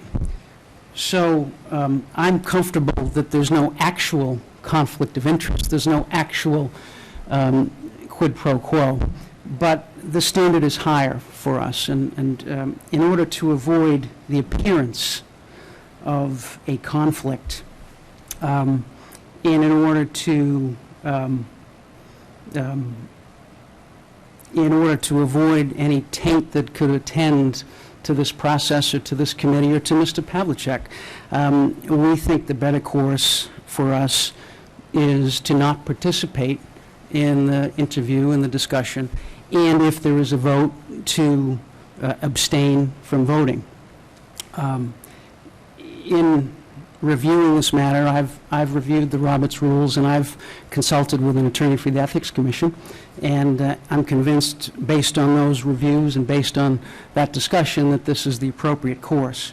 So again, I don't believe there is any actual conflict of interest, but there is an appearance. We want to avoid any question, any doubt, and so both of us have decided not to participate in the discussion of the interview and to abstain from voting if there is a vote on his application. And then, for the purpose of this interview that's going to take place, in order to avoid any confusion on anyone's part, including Mr. Pavlicek's or anyone on the committee, Ms. Badere and I are happy to step away from the table during that interview and any discussion for that. And then, again, as I said, if there's a vote, we would abstain from that vote. Thank you. So we will welcome you back after this is completed. Thank you. So, Ms. Gormley, we'll look to you for your recommendation. I am very proud and pleased to recommend to the school committee tonight the appointment of Dr. Glenn Pavlicek to the position of Assistant Superintendent for Business for the Milton Public Schools. To give you and the viewing public some background, you have heard me speak to our screening committee process before at this table. This has been perfected in the Milton Public Schools, replicated in other districts, and we form search committees. And we have representatives from different groups on our search committees. When we meet, we always have a school committee member, but we meet and we brainstorm what we're looking for in the position that we've joined together to do the search for. We brainstorm the characteristics, the qualifications of the individual that we're looking for. And then what we do is we brainstorm questions, and we really wordsmith those questions, and we really go over them, we read them out loud to see if through those questions we're going to seek the answers and look for the characteristics of the individual that we want to fill the position. We then post the positions, and unlike in some districts, superintendents screen the applications, and I hear this all the time, and we'll give a screening committee 5 or 10 resumes to review and then come forward with who they want to see. I'm very proud to tell you, in the Milton Public Schools, every application that we're given is given to everybody on the screening committee. And they review the applications, and we meet as a group, and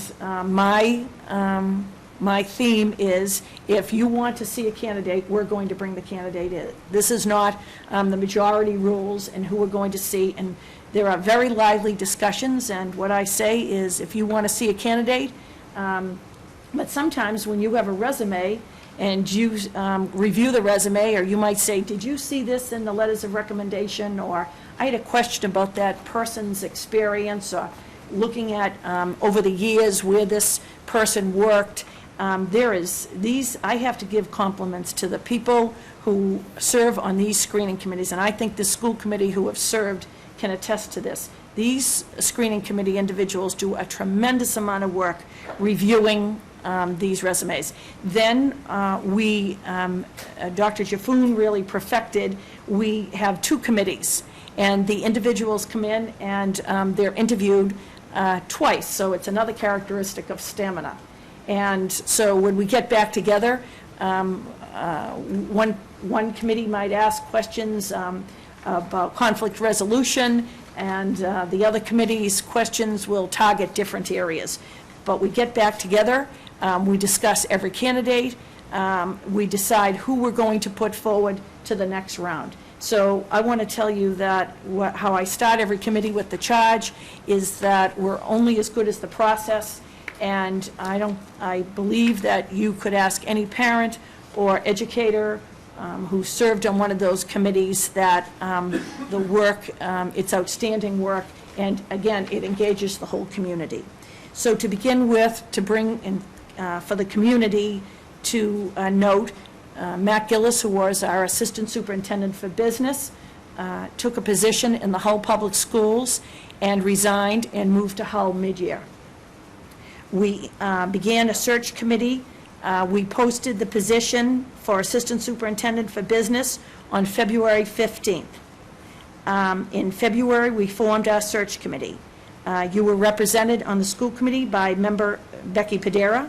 I served, John Phelan served, James Jett, Jackie Morgan, Bill Ritchie, and Steve Traster represented Unit A and Unit B on the screening committee.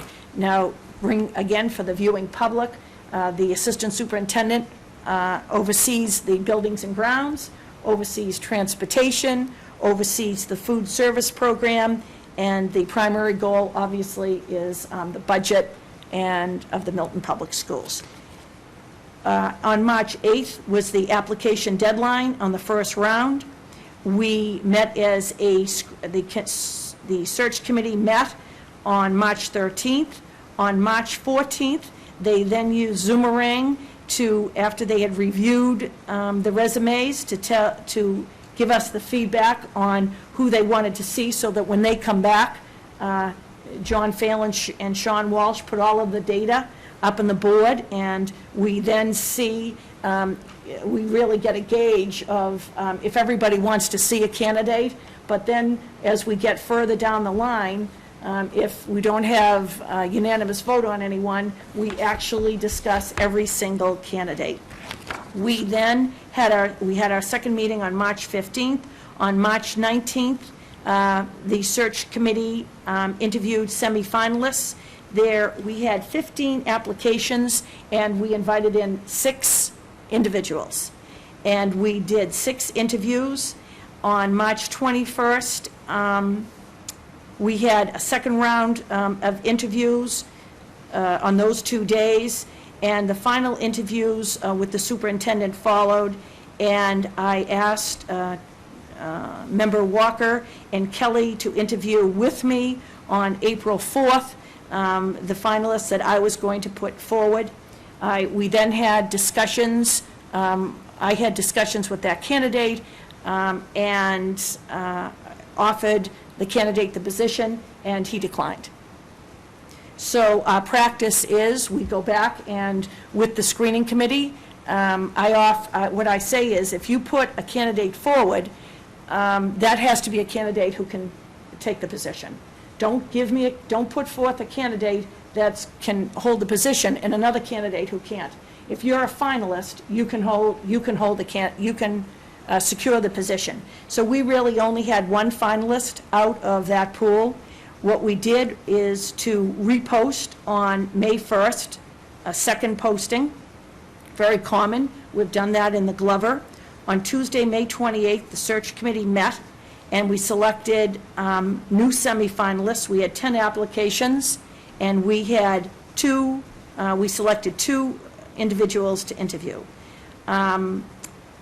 We then interviewed those 2 candidates, and the search committee met on May 30th, and I put forward to the school committee the name of Glenn Pavlicek to be the Assistant Superintendent for Business. That posting was not going to close until May, that posting did not close till May 31st, and which is our practice. I should have waited till May 31st. We were, again, without an assistant superintendent, but since the initial posting on February 15th into this process, again, I should have waited till one more day, but I want to bring the committee's attention to the packet I gave you, that since May 14th, I hadn't received any more applications, hard copy, or on School Spring, but again, we take this process very seriously, and we attend to our deadlines, and I want to tell you, no one else did apply. Had they applied, I would have interviewed them. At the Glover, we brought the group together today for one interview. We got another application today, passed the deadline, we're going to interview that person Friday. But I should have waited until the deadline on May 31st. I didn't have any more applications, and no one applied. So I am very, very, as I said, pleased and proud on behalf of the committee to put forward Glenn Pavlicek's name to be the Assistant Superintendent for Business in the Milton Public Schools. If you would, for a moment, for the viewing public, Dr. Pavlicek has been a professor in the Department of Mathematics and Computer Science at Bridgewater State College since 1984 and the program coordinator for the master's program in computer science. He has taught dozens of graduate courses in math and computer science, and for the last 20 years, he has been the coordinator of the master's program in computer science. As you know from Glenn serving on the school committee, he is very familiar with the NEASC accreditation process because he has participated at Bridgewater State College in that process.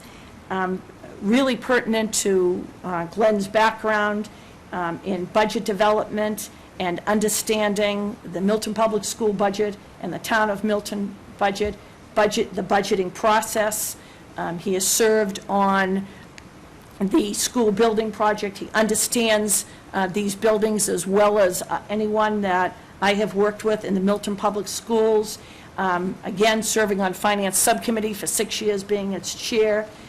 He understands the facets of the position that are involved in food service and transportation that are all responsibilities of the position. Glenn Pavlicek has 15 years of experience in town finance, serving on the school committee, its finance subcommittee, from 2003 until this past year. Prior to that, he had 4 years on the Milton Warrant Committee, 2.5 years as its chair. He also served since 2003 on the School Building Committee and currently serves in the town's Master Planning Committee. He has served on numerous committees across the town and has been involved in every Milton Public School, the development of every Milton Public School budget over those years. As Warrant Committee Chair, he presented town budgets to annual town meeting and special town meeting and worked collaboratively with the Warrant Committee and also leading the Warrant Committee. He has attended conferences at the Massachusetts Association of School Committees and the Association of Town Finance Committees. His professional experience and associations are vast and very varied, and I would tell you, and Mr. Phelan can attest, that the response from the committee members on that screening committee were as positive as any committee I've ever sat on.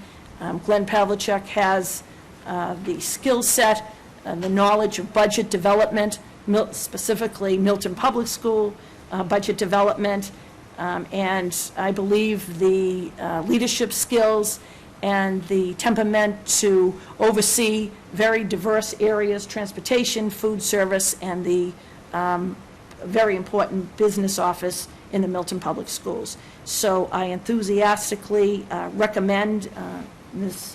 Sheridan will explain this process to the Milton School Committee, the name of Glenn Pavlicek for Assistant Superintendent for Business.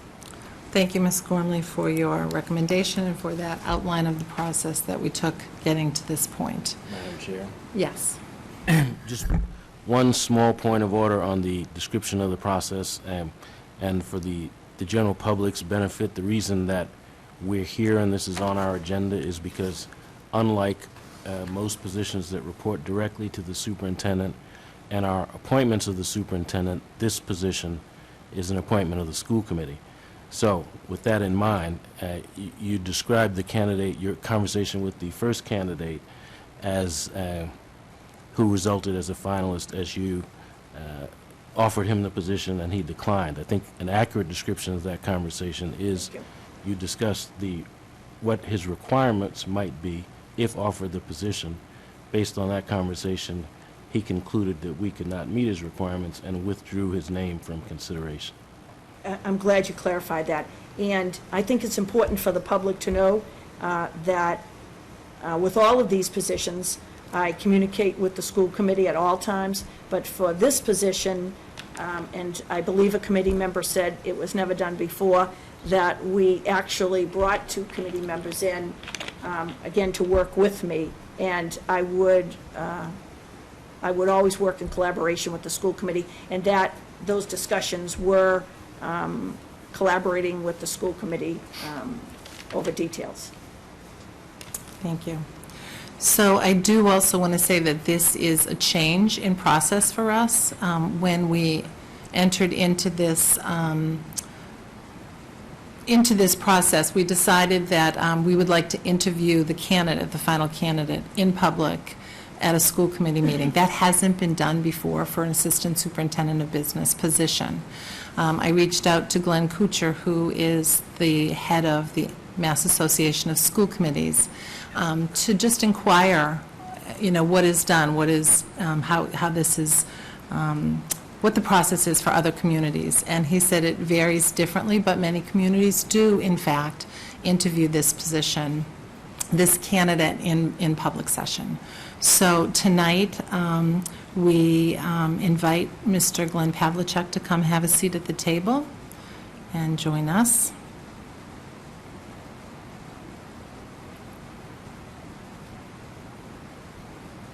And we have 12 questions to ask you tonight, and we're going to take turns asking them, and then we'll go from there.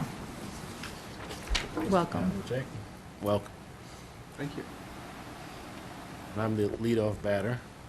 And what do you see as the most important responsibilities of the assistant superintendent for business?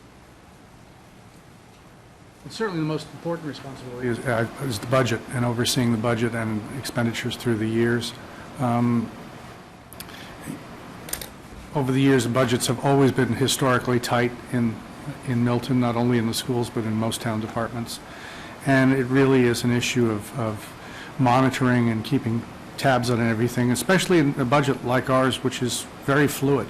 I mean, one special ed placement does an awful lot of, has an awful lot of effect to a budget. And so that it's not a budget that's easily predictable in many senses. Students move into town. We're looking at the chart tonight about, well, will we need another kindergarten next year? Those sorts of events are in some case beyond the control of the school system, but you still have to have the flexibility to deal with them. How many teachers are going to get advanced degrees and move a lane in a particular year? It's not predictable, but you have to build a budget that's flexible enough to handle the inherently unpredictable nature of the school department budget. Hi. The next question, can you tell us about your experience and qualifications that make you the best candidate for this position? Don't be shy. Well, I know the budget reasonably well. I've been involved with, as the superintendent said, I've been involved with school department budgets for some 15 years now. Budgeting is something I know. The other factors of it, I, for the last 6 years, have served as a treasurer of a 501c5 labor union, Massachusetts State College Association, which represents 4,000 faculty at the 9 state universities, which, by the way, we're Bridgewater State University now, not college anymore. And so I'm, in that capacity, I'm the Human Resources Officer for 21 employees. I do federal and state taxes, I do unemployment, I do certification of employments, I file tax returns. I'm from it's a nonprofit, but it's still a corporate entity with it's certainly a smaller budget. It's about $2.5 million budget as opposed to a $40 million budget. But I'm familiar with human resources aspects of the job, and I'm also familiar with contract negotiations and grievances and arbitrations and mediations and the like, because it is something I do in that capacity as well.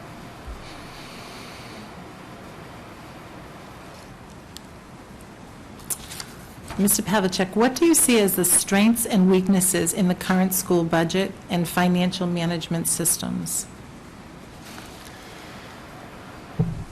Well, I think one of the strengths is that we are moving, at least, towards a more integrated system with the town. And I think that has to continue, because I've watched it for years be a sort of double-entry bookkeeping system where everything gets entered in one place and then gets re-entered in another place.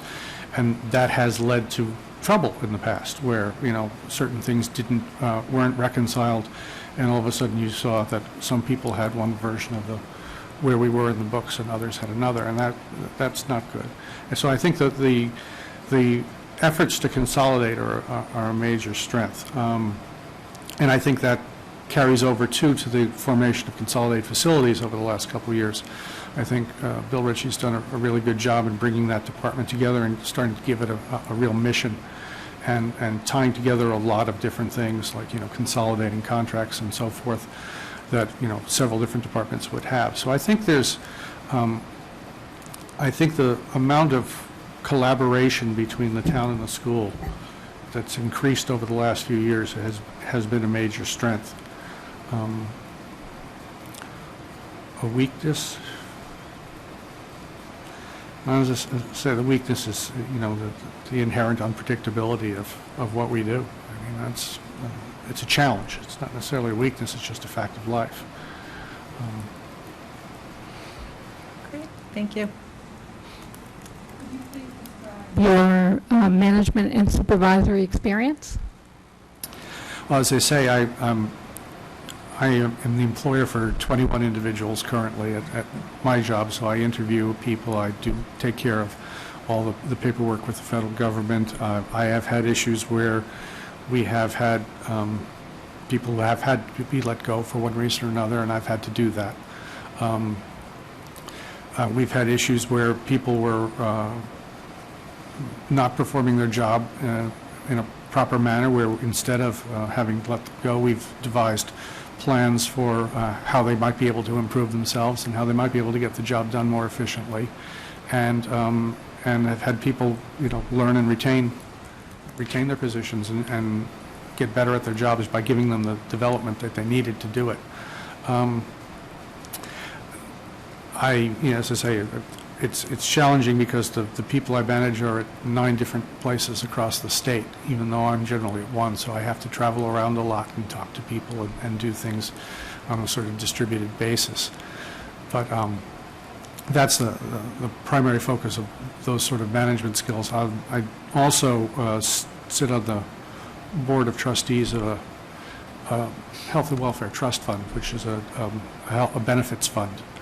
And I don't manage people there, but we do manage the program of dental insurance for some 9,000 families. There's 12 of us who sit on that board. So I have some experience in benefits side of it as well. Glenn, can you talk about the state laws and regulations that govern school budgeting and finance, and how familiar you are with those? Well, over the years between the warrant committee and the school committee, I've probably read far too much of the Mass General laws. I'm very familiar with Chapter 70 and 71 as it pertains to school.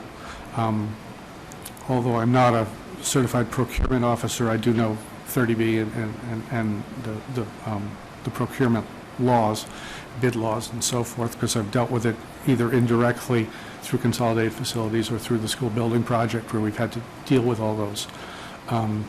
Through negotiations, I've worked a lot with Chapter 150E and the laws regarding negotiation with municipal and state employees. And through the benefits, I've worked a lot with the benefits laws in 32. So I'm familiar with a lot of the aspects of municipal law as it applies to school budgeting. Thanks. Glenn, can you tell us how you would use technology or innovations in technology to develop and monitor business operations, or to improve the efficiency of the business operations? Well, you really have to use technology to do it, given a budget of our magnitude. We would have to, I would want to take a look at how the financial management system works in the town. We've been adding modules to it over the years, so it's kind of a bit of a system in flux. I'm not exactly sure which modules are in it at the moment. I know some things that we need to have in it or not. I'm certainly not afraid to jump into technology. In the position I have now, we use some software that we developed to manage the system of, of the members we have across the state. And in fact, the person who wrote it for us left. So in fact, I've been the one who rewrites it when it needs updates. So I'm not afraid to jump into technology. It's something I actually do as a profession. So I certainly have no fear of diving in and seeing what works best and looking what's the best practices, because given the size of this system and the interaction with the town and so forth, it really has to be a pretty robust financial management system. I mean, QuickBooks isn't going to work for, Milton Public Schools. And just, it's going to have to be something really more substantial than that. Over the years, we've had issues with the ability to get reports, for instance. Remember in the previous reporting system, you could ask what the status of the system was today, but you couldn't ask what it was a month ago. That's not sufficient. I mean, you have to be able to do things like run reports on a particular day. If we're at this point on September 30th this year, I want to know where we were on September 30th last year. And to say, well, you had to have run that report on September 30th last year in order to have that data is not an acceptable answer. And that used to be the answer, I know, for the town. So, I mean, those are the sorts of things we have to make sure that the systems do what we want. I mean, systems can do anything. It's just you have to know what it is you want them to do, and then make sure you have the tools to make them do that.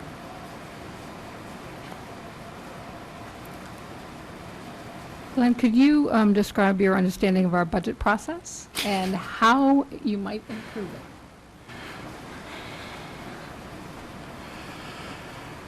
Our understanding of our budget process. Well, where should we start? I think the most important aspect of the budget process is to really reinforce the notion that this comes up from the schools and the site councils. I think in the importance of budgeting in a school system is the bottom-up nature of it. And as much as we on the school committee and warrant committee and so forth usually see the finished product, the path to that product is at least as important as what the finished product is in terms of how you work up from that. That was the whole purpose of the creation of site councils, was really to allow that process to bubble up. And I think the most effective thing we can do is really encourage that. I mean, over the last few years, we've seen basically a resurgence of site councils. I think they've done a lot more in the last couple of years than they had in many years in the past. And I think empowering them and empowering the principals to really come forward with school-based budgets that feed into a system-based budget and so forth, I think is probably the most important feature of it. And then, of course, the whole school committee, warrant committee, town meeting process of going through and refining it is part of the dance, but I think it's the important part is to have that initial package that you feel is the right package, that came from the right sources, that has the right goals. And then the matter of trying to find the money is just the matter of trying to find the money, and it's what we do year after year, it seems. Great. So I think there was a second part of that, how you might improve it? How you might improve the budget process? Improve the Is budget. that what you were saying? Okay. Like this,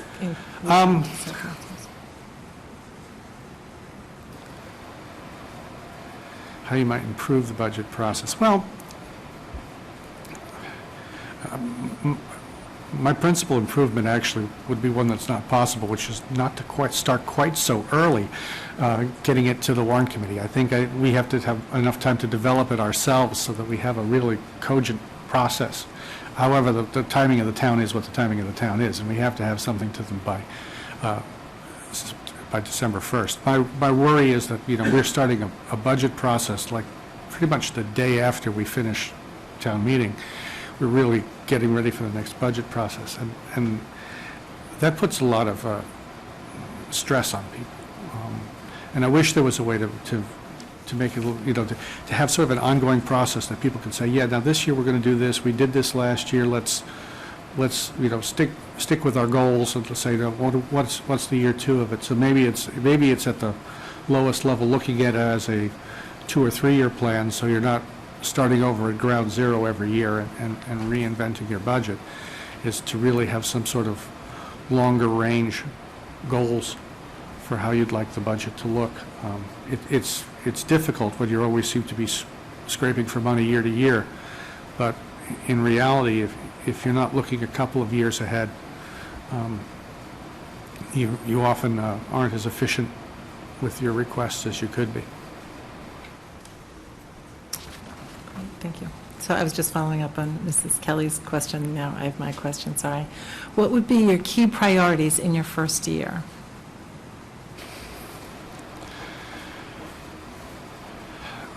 First year of anything, your key priorities are really getting into the details of how things work. I mean, from a school committee perspective, you have a big picture of what's going on in the various departments and so forth. But to actually get in there and see, this is what the objective is, but this is how we're actually getting to it. The actual practices at the nitty-gritty level. Until you understand those, you really can't go in and say, well, I'm going to do A, B, and C. I mean, you've got to start with a really solid knowledge of what's going in there. And the only way to understand that is to be there. I mean, from, the 10,000-foot perspective that school committee people look at, where you see what the outcomes of a department are, is a very different thing than getting into seeing that, that this is not set up the way it should be for this person to do their particular job, which feeds into the larger picture of how things work. So I think the biggest initial step is to really just analyze what's actually going on and get a feeling for, what's working and what's not towards your goal. And then you can start talking about the changes you need to make to get you on the right track to making that goal more easily achievable. I'm next. What are the checks and balances that the Assistant Superintendent of Business provides to ensure the integrity of our business and financial operations? So checks and balances. Well, the most important one is the sort of second set of eyes. I mean, the Assistant Superintendent doesn't, make up the warrant. It doesn't do the payroll, doesn't do the various different things, but you have to be there to make sure that, it's that second look at everything to make sure that it is going the way it should be.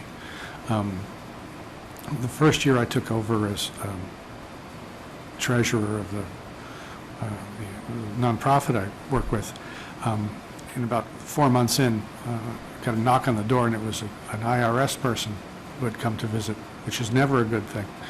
And it turns out one of the payroll people I was working with misunderstood how to do a particular piece of payroll. And I just, I looked at it and said, well, now we change our process, because there was no second person looking at this, and this person made a couple of mistakes, and they were innocuous and, certainly not anything intentional. But because computers kick these things up and just say, all of a sudden you have someone there saying, for the past, year and a half, this hasn't been happening. And I just looked at it and said, you're right, it hasn't been happening. So we created a whole new process to do it, to get that second set of eyes on everything, so there would never be that sort of issue again where one person can make a, perfectly innocent mistake, but it carries forward beyond where it should. And I think that's really the purpose, in many ways, of the assistant superintendent, is to be that second set of eyes on all the things that are happening, to make sure that no one puts out a bid incorrectly, that no one, draws warrants up improperly that are, drawing on accounts that are already overspent, or just things that could happen in the course of a lot of business where you just, miss a detail here or there. I think the most important thing is to be that second set of eyes guiding that, and then to help provide the direction, the overall direction of where the administration there wants to go, and to help give people the route to get to that goal.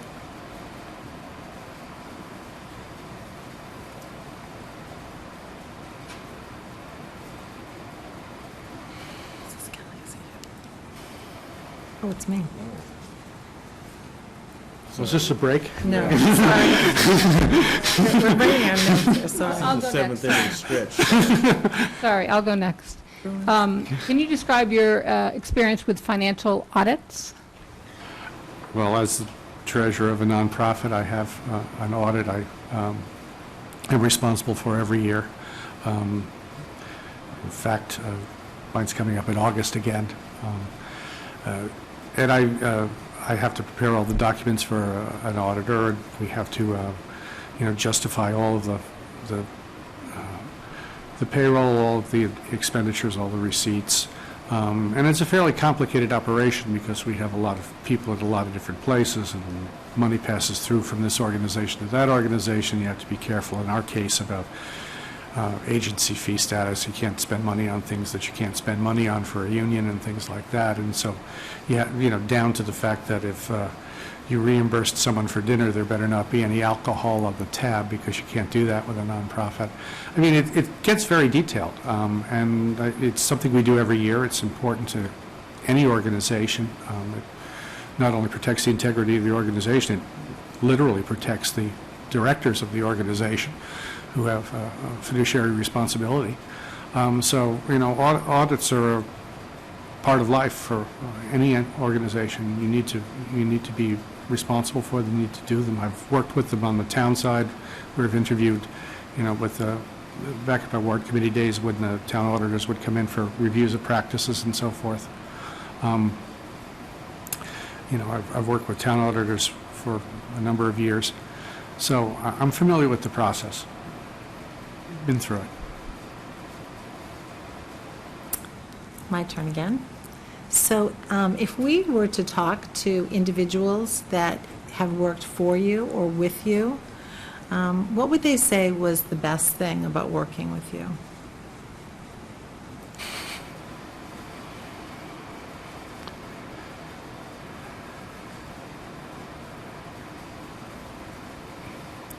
Probably that I don't get in people's way, and I let them know what they need to do, and then get out of their way and let them do it.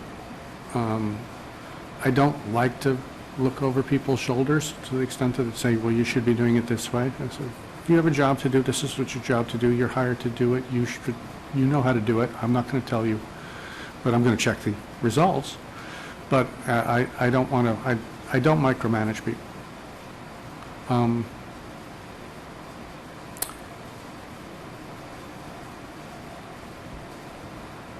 And I don't know, I guess I have a sense of humor.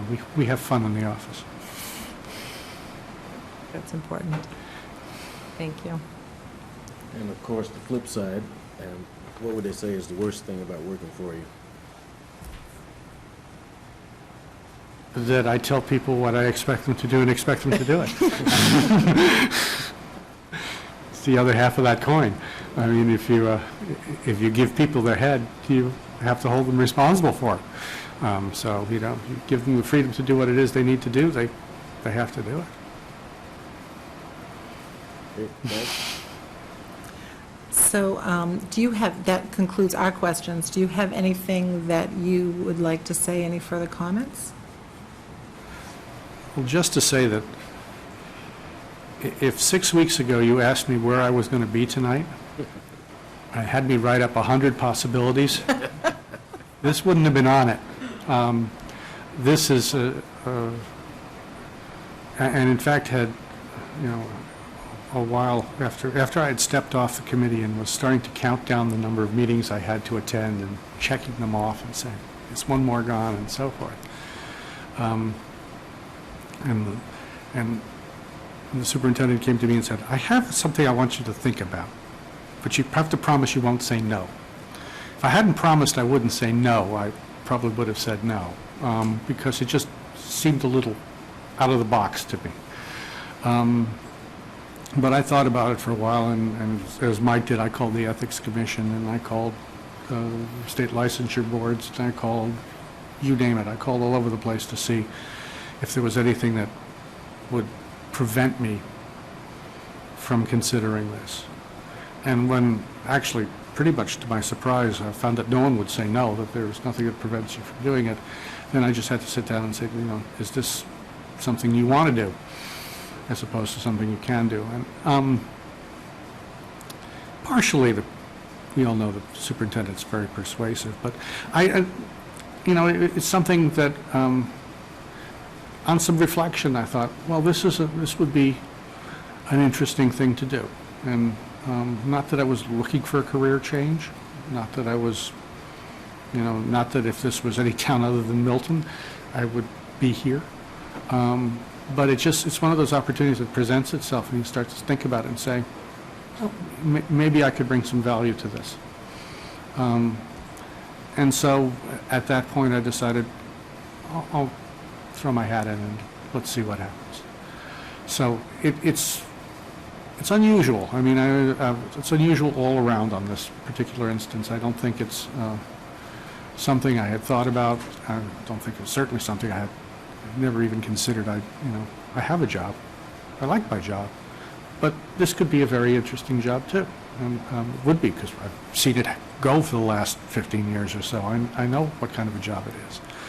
So on some reflection, I thought, all right, it's a different challenge. It's a different opportunity. So we'll see what happens. As I say, it is mentioned, this is your appointment to make. It's up to you folks. If you think this is a good opportunity, if it's in the best interest of the schools, then I'm with you on it. And if you decide it's not, that's fine too. I mean, as I say, I've loved being a teacher for 30 years. I can do it longer. So I really leave it up to the body. I mean, it's something I'm willing to take on. I'm willing to, when I take a shot at something, I jump in. So I'm willing to try it if you are, and I'll leave it up to you folks.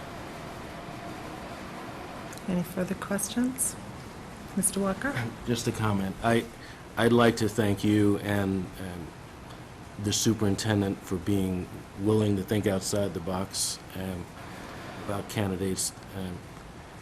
Mary and I have been talking for the last 3 years about succession planning, and I've been encouraging her to think about talent in some of the less traditional areas. And I have to say, in the last year, you've done really well at that. She's surprised me on a couple of occasions with her ability to do that. But this is, however we decide this, I think this is exactly what we need to do in terms of bringing new talent, new ideas, new perspectives to the challenges that we have. So thanks for being willing to do that. Well, thank you, Mr. Pavlicek. We're going to deliberate now. Thank you. Yes. Okay.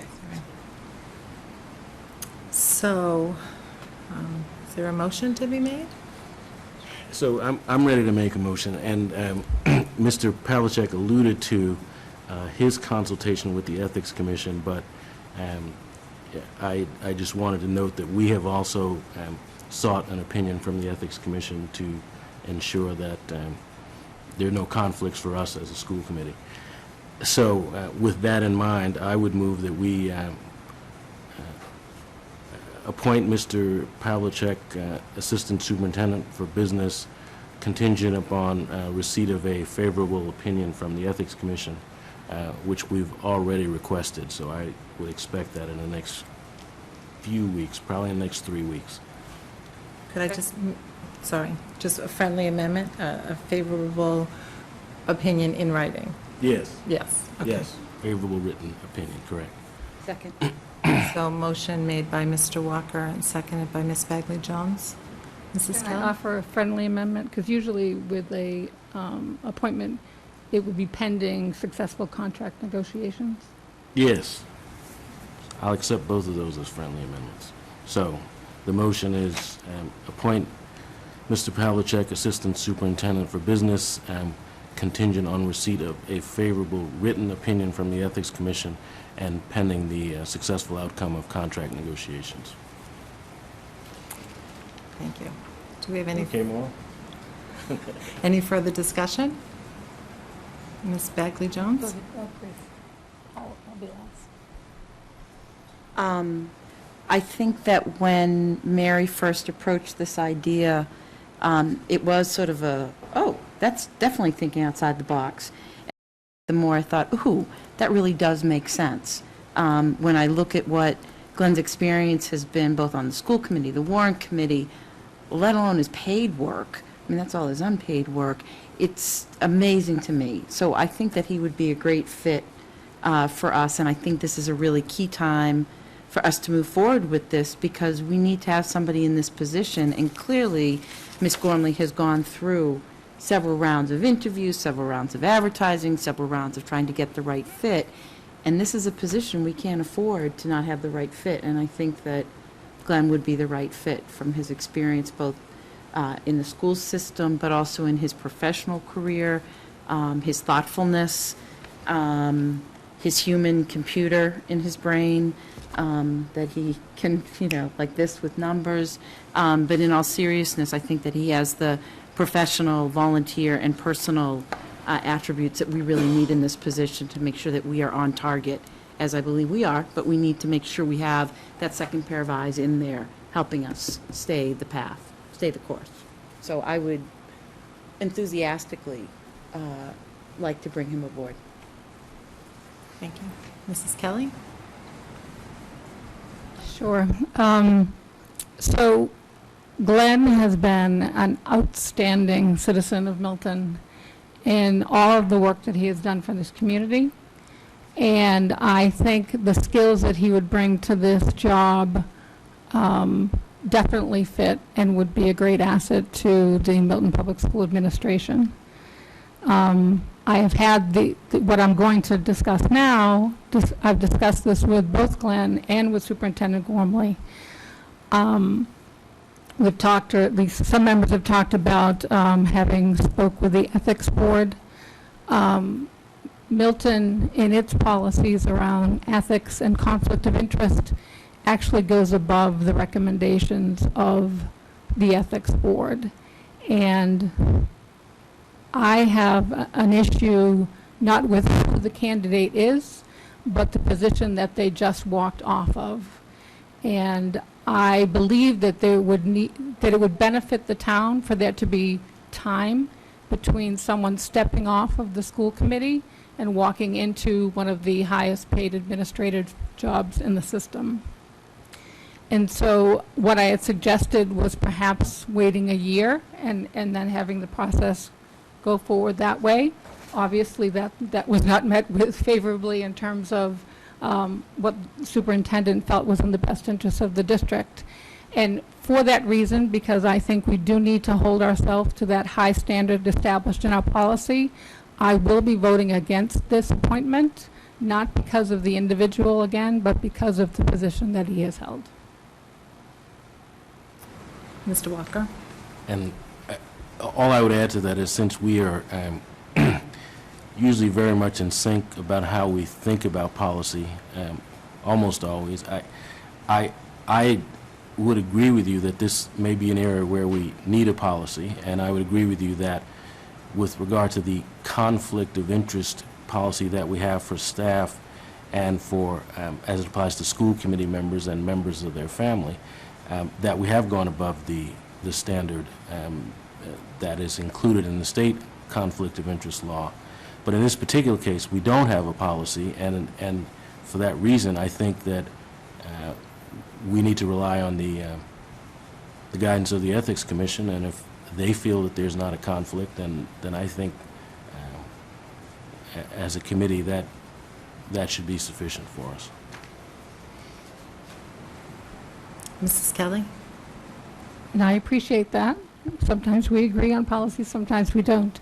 I guess, right, and I guess, the way I look at this is Glenn, for many years, for 9 years at least, has been part of our school committee family.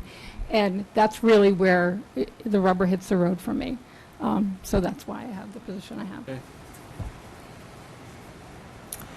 So I would just like to weigh in on Mr. Pavlicek. I think he spoke to his skills, and he certainly has demonstrated his commitment to the town and to the schools. his ability to work with this administration. He, when we didn't have an assistant superintendent of business at town meeting this year, he sat with us and was ready to help with any questions that might come up should something occur. So he has such a solid knowledge of the job, the responsibilities, and all that goes with it. And he is respected across this town, almost to a person. I've never met a person that didn't have the highest regards for Glenn Pavlicek, and he's intelligent and articulate, and I think that he'll be a wonderful addition to our leadership team. So, any further discussions? Okay. You're going to join us for the vote? Thank you.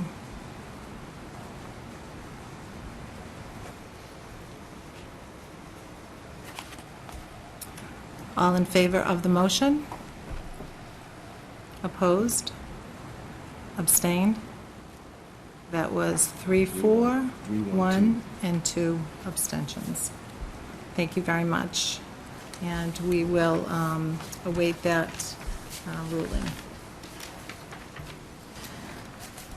And I just want to briefly, on my agenda, also talk about the school committee retreat. It's going to be rescheduled. It was scheduled for next Wednesday. It feels like we as a school committee aren't ready to, haven't had an opportunity to prepare for what we want that agenda to look like, and so I've asked if we could put that off, and as soon as I get everyone's summer vacation dates, I will look to reschedule one. So if you could send that to me. I sent an email out this past week to all of you saying that we were canceling this meeting, and to just send me your dates, your available dates during the summer, and we will reschedule. Could I just ask, is this a multi-hour, or a multi-day, or a multi-week retreat? Should be one night. The word retreat. Okay. Good clarifying question there, Mr. Souza. Yes, Mrs. Kelly? So we have not planned our vacation yet. I guess I would look to have this as early in the summer as possible. And I don't know what the other members think, but that would be the way I would like to address this. So I'm not sure how you want to proceed from that perspective. Sure, but- that's my plan, at the earliest possible date based on the information that I get from people. So if you know when your vacations are planned for July, and you might as well give us August too, because we should schedule an August date. That would be helpful. Mr. Walker? I think if we, I agree with Ms. Kelly, I think if we think about what we'll be looking for or looking to talk about, that'll give us some guidance as to when we should do this. So I think we would want it to be soon after we've discussed the superintendent's performance for the year.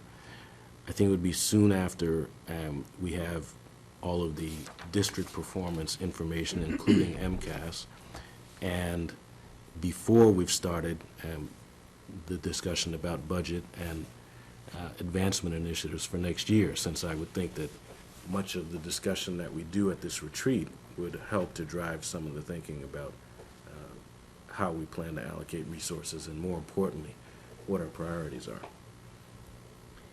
Can I ask a question? Ms. So Becker-Jones? what do we need for time for that to happen? Because we are supposed to meet June 19th, correct? And is the 26th too early for that information to happen? I'm just worried about July and August. It's going to be tough. Right. I don't know people's availability, and that's why I put that ask out, to see when people were available. So I guess I'm saying, would people be available June 26th, or is that too early for the information? You won't? Okay. Mrs. Kelly?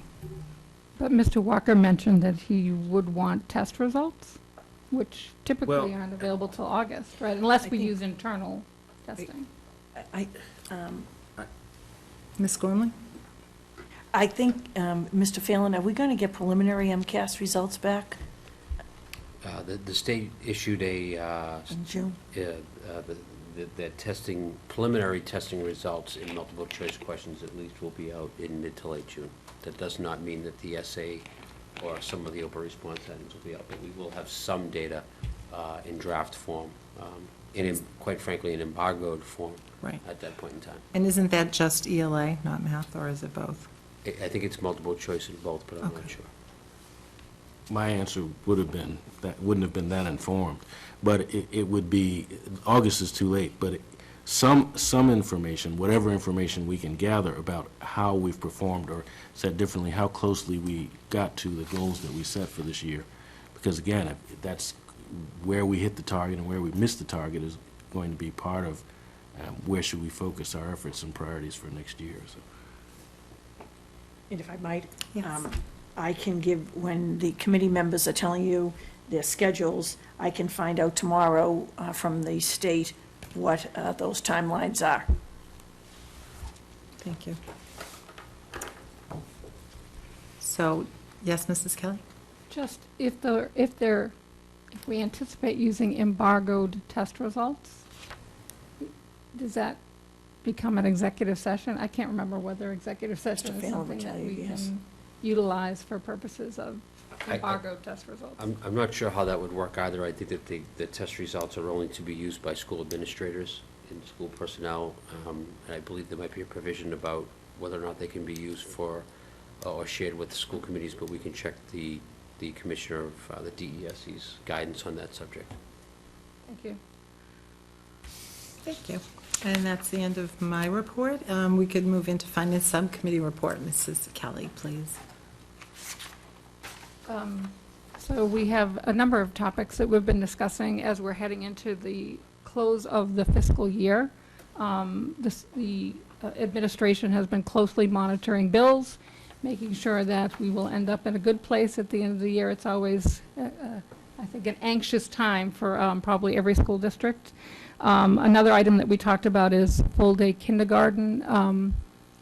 The state, or the systems have been spared a drastic cut in full-day kindergarten grants this year. Is that correct? Just to make sure I'm correct. However, I think there's anticipation that it will be coming, if not the following year, there will be some pullback in terms of funding, and I think just understanding what that means and being able to present it, a plan, in essence, to the public as to what the impact to families will be going forward is something we want to be able to bring forward. The other thing we talked briefly about was the strategic plan, and I would ask Mr. Walker just to give us an update as to where we're at with that RFP or RFQ. So we are drafting an RFP that will be suitable to engage any interested parties, which we expect to have out within the next 2 weeks. And included in that RFP will be an anticipated timeline on our part for the collaboration with a consultant and the actual delivery of a strategic plan in conjunction with the school committee, the leadership team, and parents and PTOs and everyone else in the school community. But we've also indicated that we will be guided in some sense by the expertise of the consultant as to whether our timeline is realistic, since we favor quality over speed. Thank you. Thank you. And that's all I have. Great. Do we have any, under old business, any citizen speak topic responses from previous school committee meetings? We really haven't had anyone for citizen speak in a while. Any next meeting agenda items? Okay. Well, at this time, I'll entertain a motion to enter into executive session for the purpose of contract negotiations for our Assistant Superintendent for Business, as well as negotiation strategy for collective bargaining with the MEA, and not to adjourn directly from executive session, not to resume open session, and I will take a roll call vote for that. Mrs. Kelly? Yes. Ms. Bagley-Jones? Yes. Myself, yes. Mr. Walker? Yes. Mrs. Padera? Yes. And Mr. Zulus? Yes. Thank you very much, and have a good summer. We won't see you for probably a couple of weeks, so enjoy the last few days of school. Thank you.